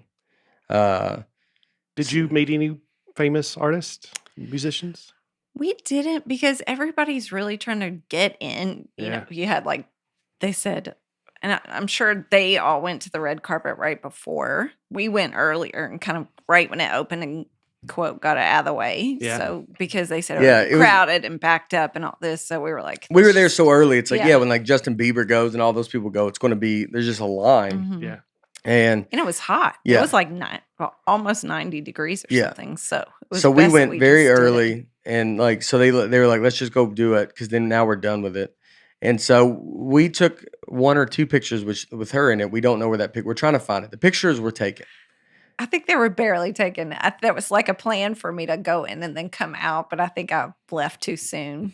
Yeah. So he was like just a professional picture, but I don't think it made it. Yeah, we got that. Someone took the picture. Like that. See that little X he's standing on? They were like, They were like, go, not that one. See that? Oh, there's See the bottom? marker right That's there. the good Yeah. one. Yeah. So you have to good. like walk in. And they say, stop on every X, and there's sets of photographers as you go down. Mm-hmm. So they were like, Laura, do like 1 or 2 of them, and then they were like, come back, and I was like, no, I didn't get my second one. Was it fun? Yeah. It was fun. It was interesting to see the behind the scenes. I think that's what we had the most fun doing. Yeah. It's like watching all the staff work, watching all the publicists work, watching all the camera crews and all the like ushers and the seat fillers. I thought were hilarious. Oh, that was awesome. They are like, the person goes, hey, come 2 here. Oh, you go that way. Oh, you come this way. And it was just like, really pretty girls in these gorgeous dresses just running to seats and sitting. And then someone looking at them crazy. And they were like, sorry, I just got told to sit here. Because people would go to the bathroom and then come back. And they're all dressed up to the nines. Yeah. And we would have like some person next to us, like this dude would get up and go to the bathroom like the whole time. He was looking for people, I feel like. Yeah, that guy was looking for people. He was in like, he was taking pictures of everything, editing the videos. During the Grammys. Yeah, I think to post on his Instagram. Yes. And then you're like, all right. And then so after every commercial break, and they come out in the commercial break and they go, all right, everybody, 4 minutes and 30 seconds commercial break. And so we would get up and go do, someone would get up and people go to the bathroom. I stayed the whole time. And then you went to the bathroom once at the end. Yeah. But when we went in, we do the red carpet. So next time we will be like, we want pictures. We got at least one picture, but we don't know where it's at. But it was like we didn't get a ton. Yeah. And like and then I got to go through it, for whatever, for the other reason. So it's like it's a kind of a whirlwind. You're just going through it. It's like, look over here. Then I go to the next thing here. I mean, every picture is the same. My only different views were, did I squint or not squint? And that was that's my model looks. Blue steel. Yeah, Blue Steel was like, is he squinting, not squinting? So But you were on the Huffington Post as like the best dressed. I got of the best dressed, night. and or I It's got like a list. of like, here's where the best dressed. Some of them, I was Huffington Post best dressed, Elle Elle magazine. Elle magazine, and then some other. What's the other one? For the Dillard, Cosmopolitan, the maybe? Dillard suit. Yes. Yeah, I mean, it's a good looking suit. it's not. I think it was- It's a I very know. nice I suit. know. It's not. But it's but like I think but it it was was Paul somebody. yeah. Just No, Paul. Todd. Todd Snyder. F. Tompkins. Yeah. Snyder. And then so it was that. And then we did so yeah, I mean I was like already on the, best kind of best dress list, That's which was awesome. very cool. That's pretty cool. And yeah. then And the first Oh, comedian that's a really good picture. after the Chris Rock thing. Yeah. I think so. I think that's true, but I don't think there's ever been more show. I mean, no one really said that. No, but I that's mean- me saying it. Yeah, I feel like it's Yeah. got to be true. Yeah, I think That's it is. true. 'Cause it And was then just a week later. yeah. So we do the red carpet, then we do our, then after red carpet, we go back, I do all this stuff. And then when I go back in, I had a couple people come up and they say, oh, we love the helmet thing. Mhm. It was cool. And then we go in, we go stand in line, we get 2 Diet Cokes, 2 pretzels. We haven't eaten at this point. It's 4:30. And I had a smoothie in the morning is all I had. And then, so Oh, it's yeah. 4:30. So we eat real fast. We just sit over there in the corner, just eat like a bunch of, they're basically like, whoever worked at Applebee's, stand in this section. And you're No, obviously, that's all they had. It was like the Predators game, where they have like pretzels, popcorn, candy, Yeah. drinks, if you want. Yeah, everybody those just types got of drinks. No one got a soda and we were the Yeah, only, we were like, the only ones like They go, gnawing a salted or not pretzel. salted? We go, come on now. Yeah. What do you? Go, what are we doing here? Oh, nacho cheese cup Yeah. too. Come on. I didn't want to spill it on my dress. So we go eat it there. We went to one other part, eating in the section. Saw the guy from $1 Million Listing, one Yes. of the British Uh-huh. guys, Yeah. which we were fans of him, that show. And I then saw Shaggy. Shaggy. Yeah, you see, I mean, we're kind of sitting behind. Shaggy the rapper. Yeah. Yeah. I was like, man. there's Shaggy. Yeah. You see Justin Bieber walk, like Uh-huh. he comes kind of, we're like fourth row from those tables. So Mhm. Justin Bieber walked around, went to the bathroom, and I saw Justin Bieber. Then when he came back, he has to duck down because they're starting, and like he has to run to his seat, duck down. You see some like all that kind of stuff. I'm not the best with music, so obviously don't always know who everything. Bruno Mars was very funny when they did They their. were really That speech was funny. very funny. Him and He Anderson Paak, yeah. Uh-huh. Yeah, that was very funny. Yeah. And his was great. And then And the show was great, but all the performances were so unique and creative and really well done. Yeah. Even if you didn't love the music, Yeah. like it was just a really cool show. it went by very quick, and we're there, so there's a lot of stuff. I mean, we saw people get kicked out. We saw people. Really? Oh, you see, like you can tell it's either some kind of something that's like, well, my client's up there, and I need to be up there, and they made the lady leave, and they're being so nice to them, and you're seeing. It's fun to see like the true divaness come out, and you can see, and it's not the artist. Usually, I would say a lot of it's not. I mean, I'm sure some of them are. I saw some other artists that were, but it's a lot of the people around the artist. And you hear them. She goes, "Well, that's my client. I just want to see them win, whatever." And you're like, "I don't even know where there's no way you're her like main client, or you would be up there, Yeah. or something like, you know what I mean, or there'd be whatever." If and then this lady was like, once she ended up being drunk, they said, Well, they kind of body moved her out of the way. oh, they grabbed her, and they have to like, she ain't moving. I mean, No. she was in her face. They go, They didn't grab her. They just moved her with their own security guard bodies. Yeah, They almost were like- just yeah. kind of Boxed her pushing out. her, just this steering way. her where to go, which And they is finally the got her opposite of where she out. wants to go. Yeah, they finally got her out, and they were like, "Excuse me," to the like other security. "We think she's highly intoxicated," and she goes, "No, I'm not." Yeah. And then I think they took her like out. I mean, I heard she's my client. She goes, "I am relaxed." And they go, "But you gotta relax." She goes, "You relax." And she wouldn't move. I mean, she's talking this close to the security guard's face. And she goes, "Why don't you relax?" They were very They nice were to her. very nice. Because they would Mhm. shoo her away and then she Yeah. would just come back. Mhm. So, but it was pretty cool seeing all the security guards and the staff, the ushers there. Yeah. Because it's like Las Vegas. So they're like kind of, I don't know, like They look like the mafia.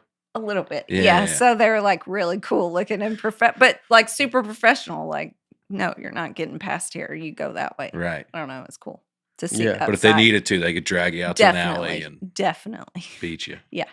Yeah, they got them, but like, yeah, they would get that lady out. They do it where it's like with a purpose, but they're not being mean and rude. And I'm listening to the whole thing because they did it next to me. We were sitting on the aisle, and so this is all happening. I mean, I'm basically in these conversations, and so you're The like, teleprompter was right by Yeah. our head, like right behind yeah. us. So if someone said something, it was like, oh, they were rude to her. You're like, no, lady, you were unbearable. You yelled at them and was a problem the whole show. Yeah. You multiple times were the whole show was you trying to get up there. Yeah. So that makes it all go by fast too. And then, and the seat filler thing was very cool because they would you'd have to stand up and they'd come sit next to you at one point.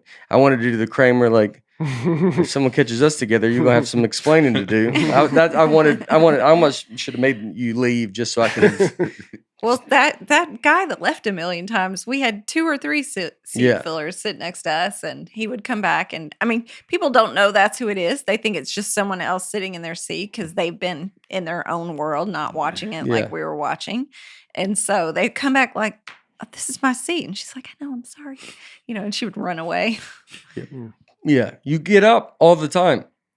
Yeah, You see a ton of like. There's a ton of moving. There's a around. ton of moving around, and there's a ton of like, you see that world where it's a lot of people think they're important.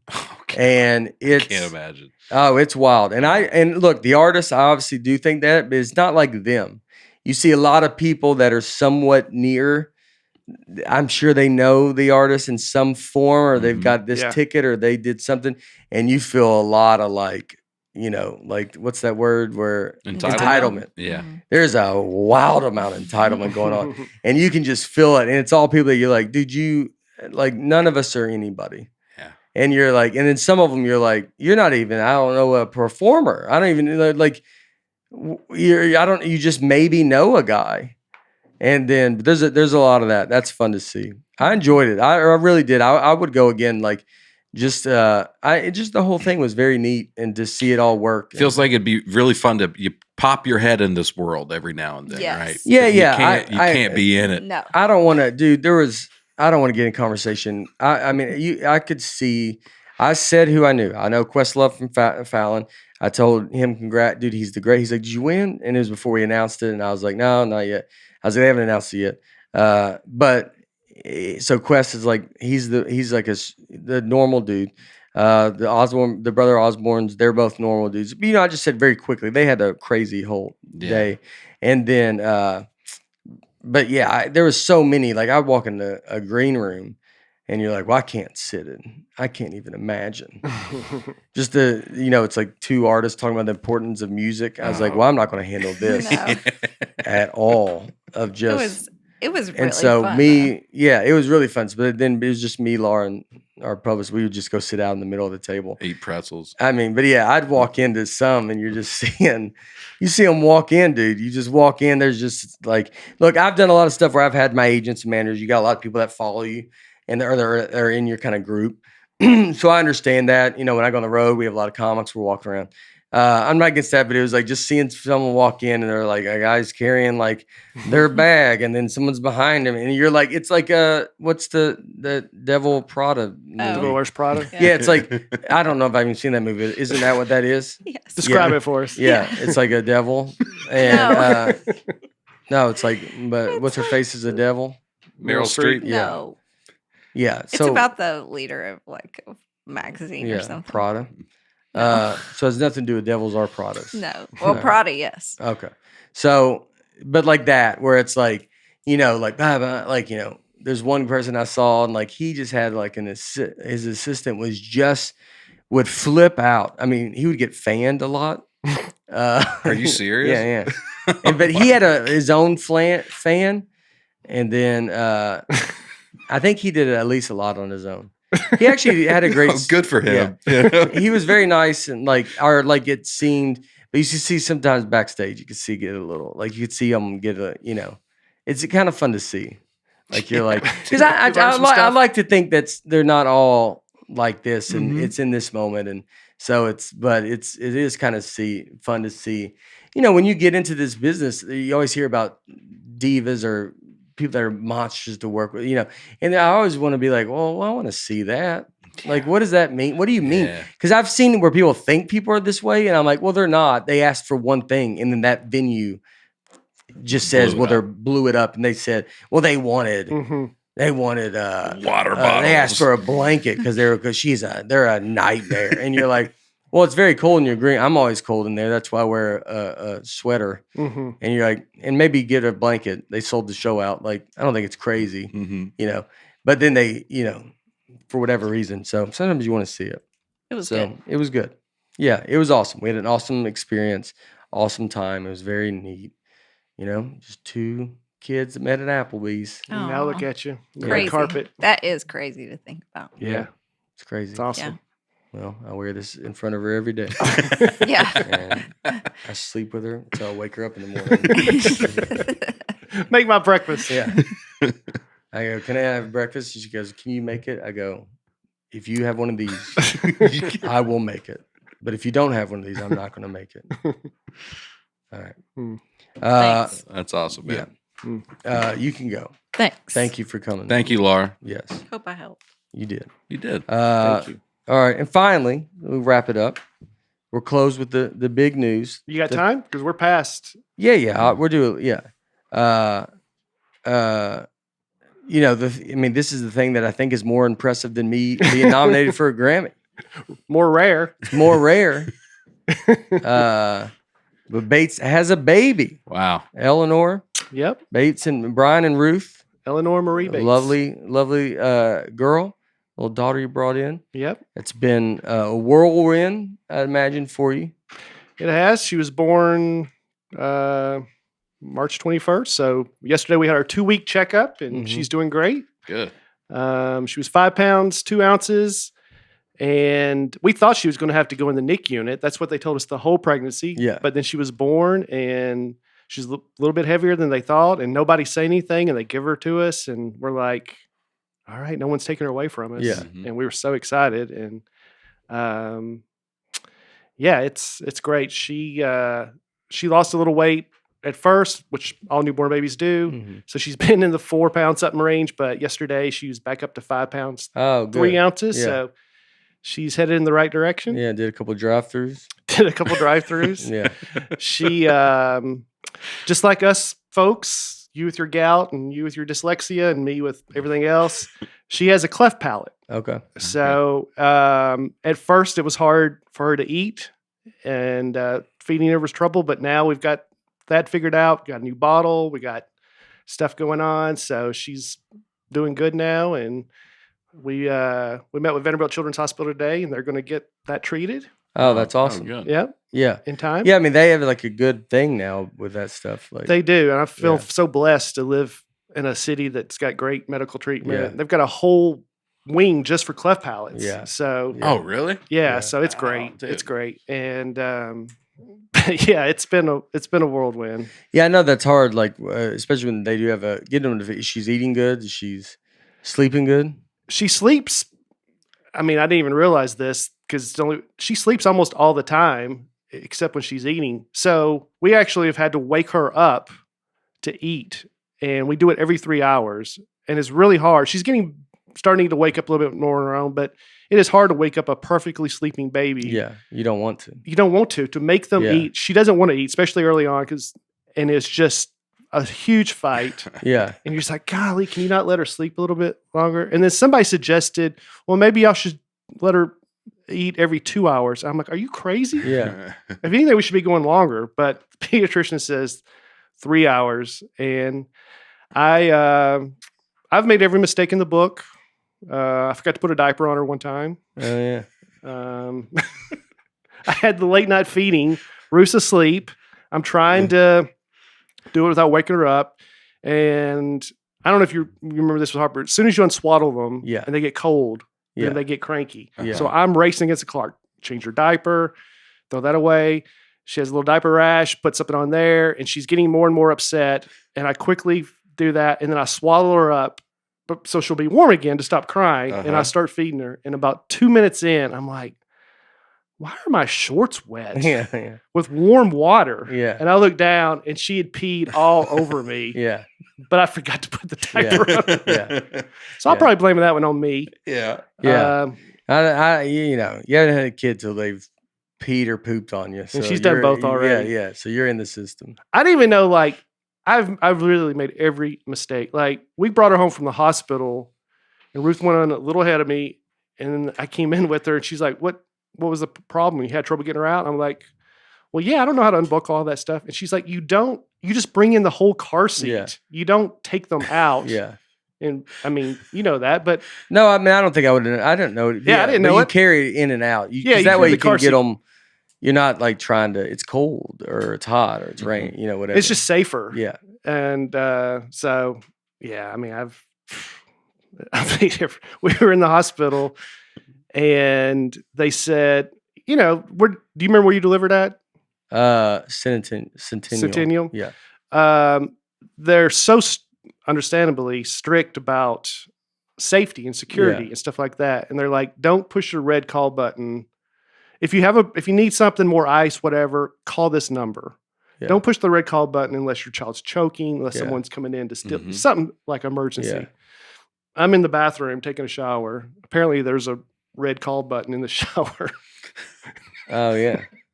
I just hear people come running in like swarms. And I hear someone over a speaker. There's a Yeah. speaker in the shower, like everything. And apparently I didn't realize they all just come rushing into Ruth's room thinking there's a strange man, Yeah. and they're stealing the baby. Yeah. So And you're just in the. Do they come in the bathroom? no, Ruth said, don't go in there. Yeah. I'm just in there singing. Yeah. What's Yeah. the problem out here? Yeah. Oh man, That's so funny. that's awesome, dude. Yeah. So yeah, there she is. She's a cutie. Yeah, she's cute. She looks good.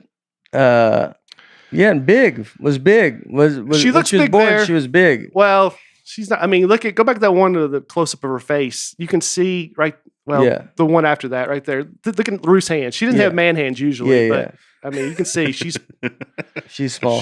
People see her in person. They're like, wow, she is tiny. Yeah. But like when she was 5 pounds, it was like, oh, that's good. Yeah, Yeah. that's what we were hoping for. That didn't sound too bad. No. You get 5 pounds. So, Mm. people ask, who does she look like? And the answer is neither of us, because she was an embryo that we adopted, and we met a family that had trouble having children. They had some embryos made in a lab, and they had some extra ones. I mean, it sounds like you're making a transaction, but we really were. Yeah. And they didn't want to destroy them because they feel like that's, a life, as do we.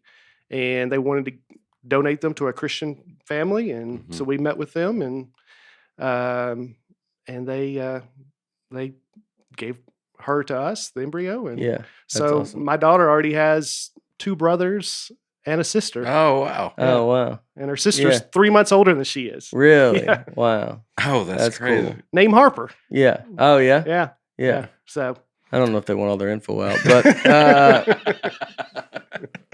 this family just like, this is a huge mistake. yeah. Yeah. Well, all right. That's all I'll say about that. But Get their address out. Let them know. you yeah. know? Yeah. Well. So Oh, that's awesome, man. Yeah. That's awesome. The fact that you did that, I know a lot of people do that kind of stuff. yeah, I would encourage couples that can't have children to, look into that. And Yeah. there's a lot of there's embryos, quite frankly, frozen. There's thousands of them that, people don't know what to do with. And if Yeah. you don't want to destroy them, then Yeah. give them to someone like us who needs one, Yeah. and they'll raise them. Yeah. That's awesome. Yeah. Yeah. dude. It's very awesome. Yeah. It's awesome. It's it's a whole, I mean, there's nothing better than having a kid. So it goes, y'all can watch Dances with Wolves together. Okay. What's that? What's yeah. that? What's that? I and met it- all the nurses, asked them where they're from, guess their county. Yeah. Did you? I did. One tried to tell me. Well, she did tell me up front. I wasn't happy about it. I was like, "Where are you from?" She said, "Coopertown." She said, "Robertson County." I was like, "Yeah, I know. Yeah. I know. I was about to guess your school." Yeah. Yeah. I went to Coopertown. No. I'm sorry. She said Cross Plains. Oh. And I said, I said, I know. And I said, East Robertson. And she's like, yeah, Yeah. that's where Carlos Groves is from. Yeah. I went to Coopertown Elementary. Yeah. Played East Robson. Yeah, that's awesome, dude. So it's look at this. You're a different man now. Yep. Do you feel different? So we're tired. That's for sure. Yeah. Yeah. I'm used to like getting through something and just like, all right, if we just get through this weekend, then we can just sleep in. And there's Yeah. no just like Oh no. No, sleeping in. no, No, those no. days are over, It man. doesn't stop. Yeah. Yeah, you got to wonder where they're at. You're always thinking about them every Yeah. second. This is the first time I've been away from her in her life. Yeah. Wow. Yeah. Wow. Yeah. Well, But- she'll be proud of what you did while you were away.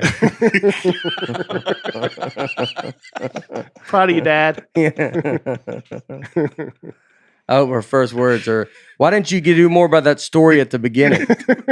The Pepsi The story. Pepsi, the Pepsi story, because you did say, "I sleep very good." Hmm.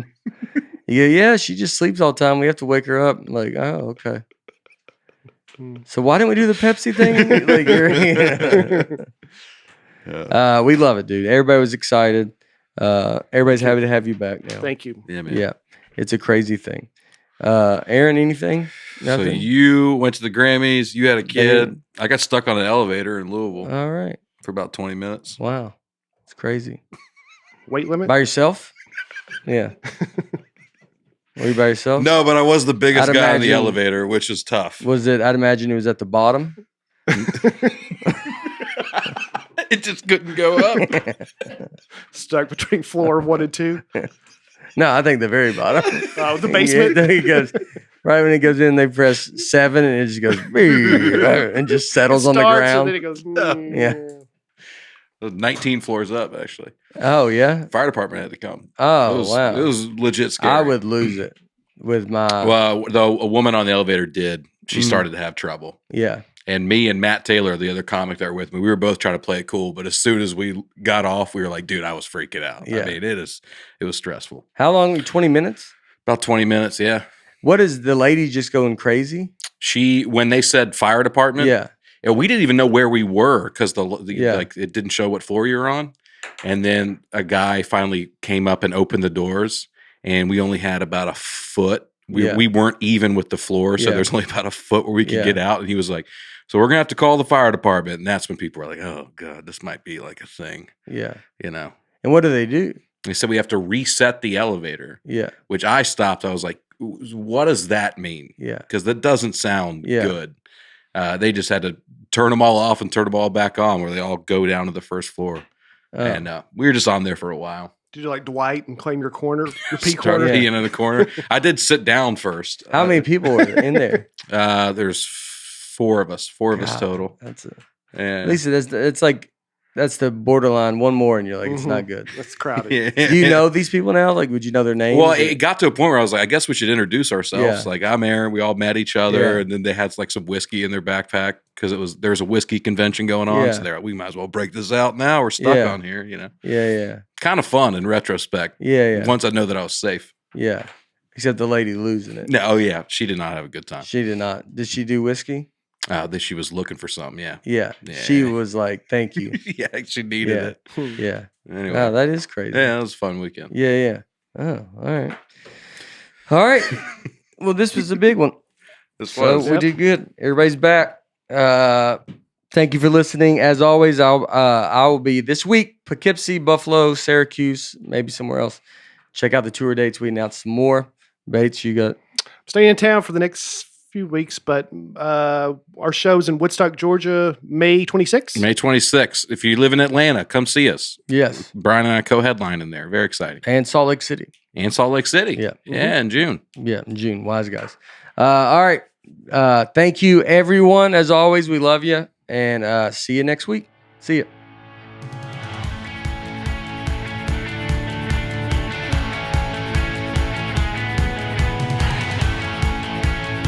Nateland is produced by Nateland Productions and by me, Nate Bargatze, and my wife, Laura, on the All Things Comedy Network. Recording and editing for the show is done by Genovations Media. Thanks for tuning in. Be sure to catch us next week on the Nateland Podcast.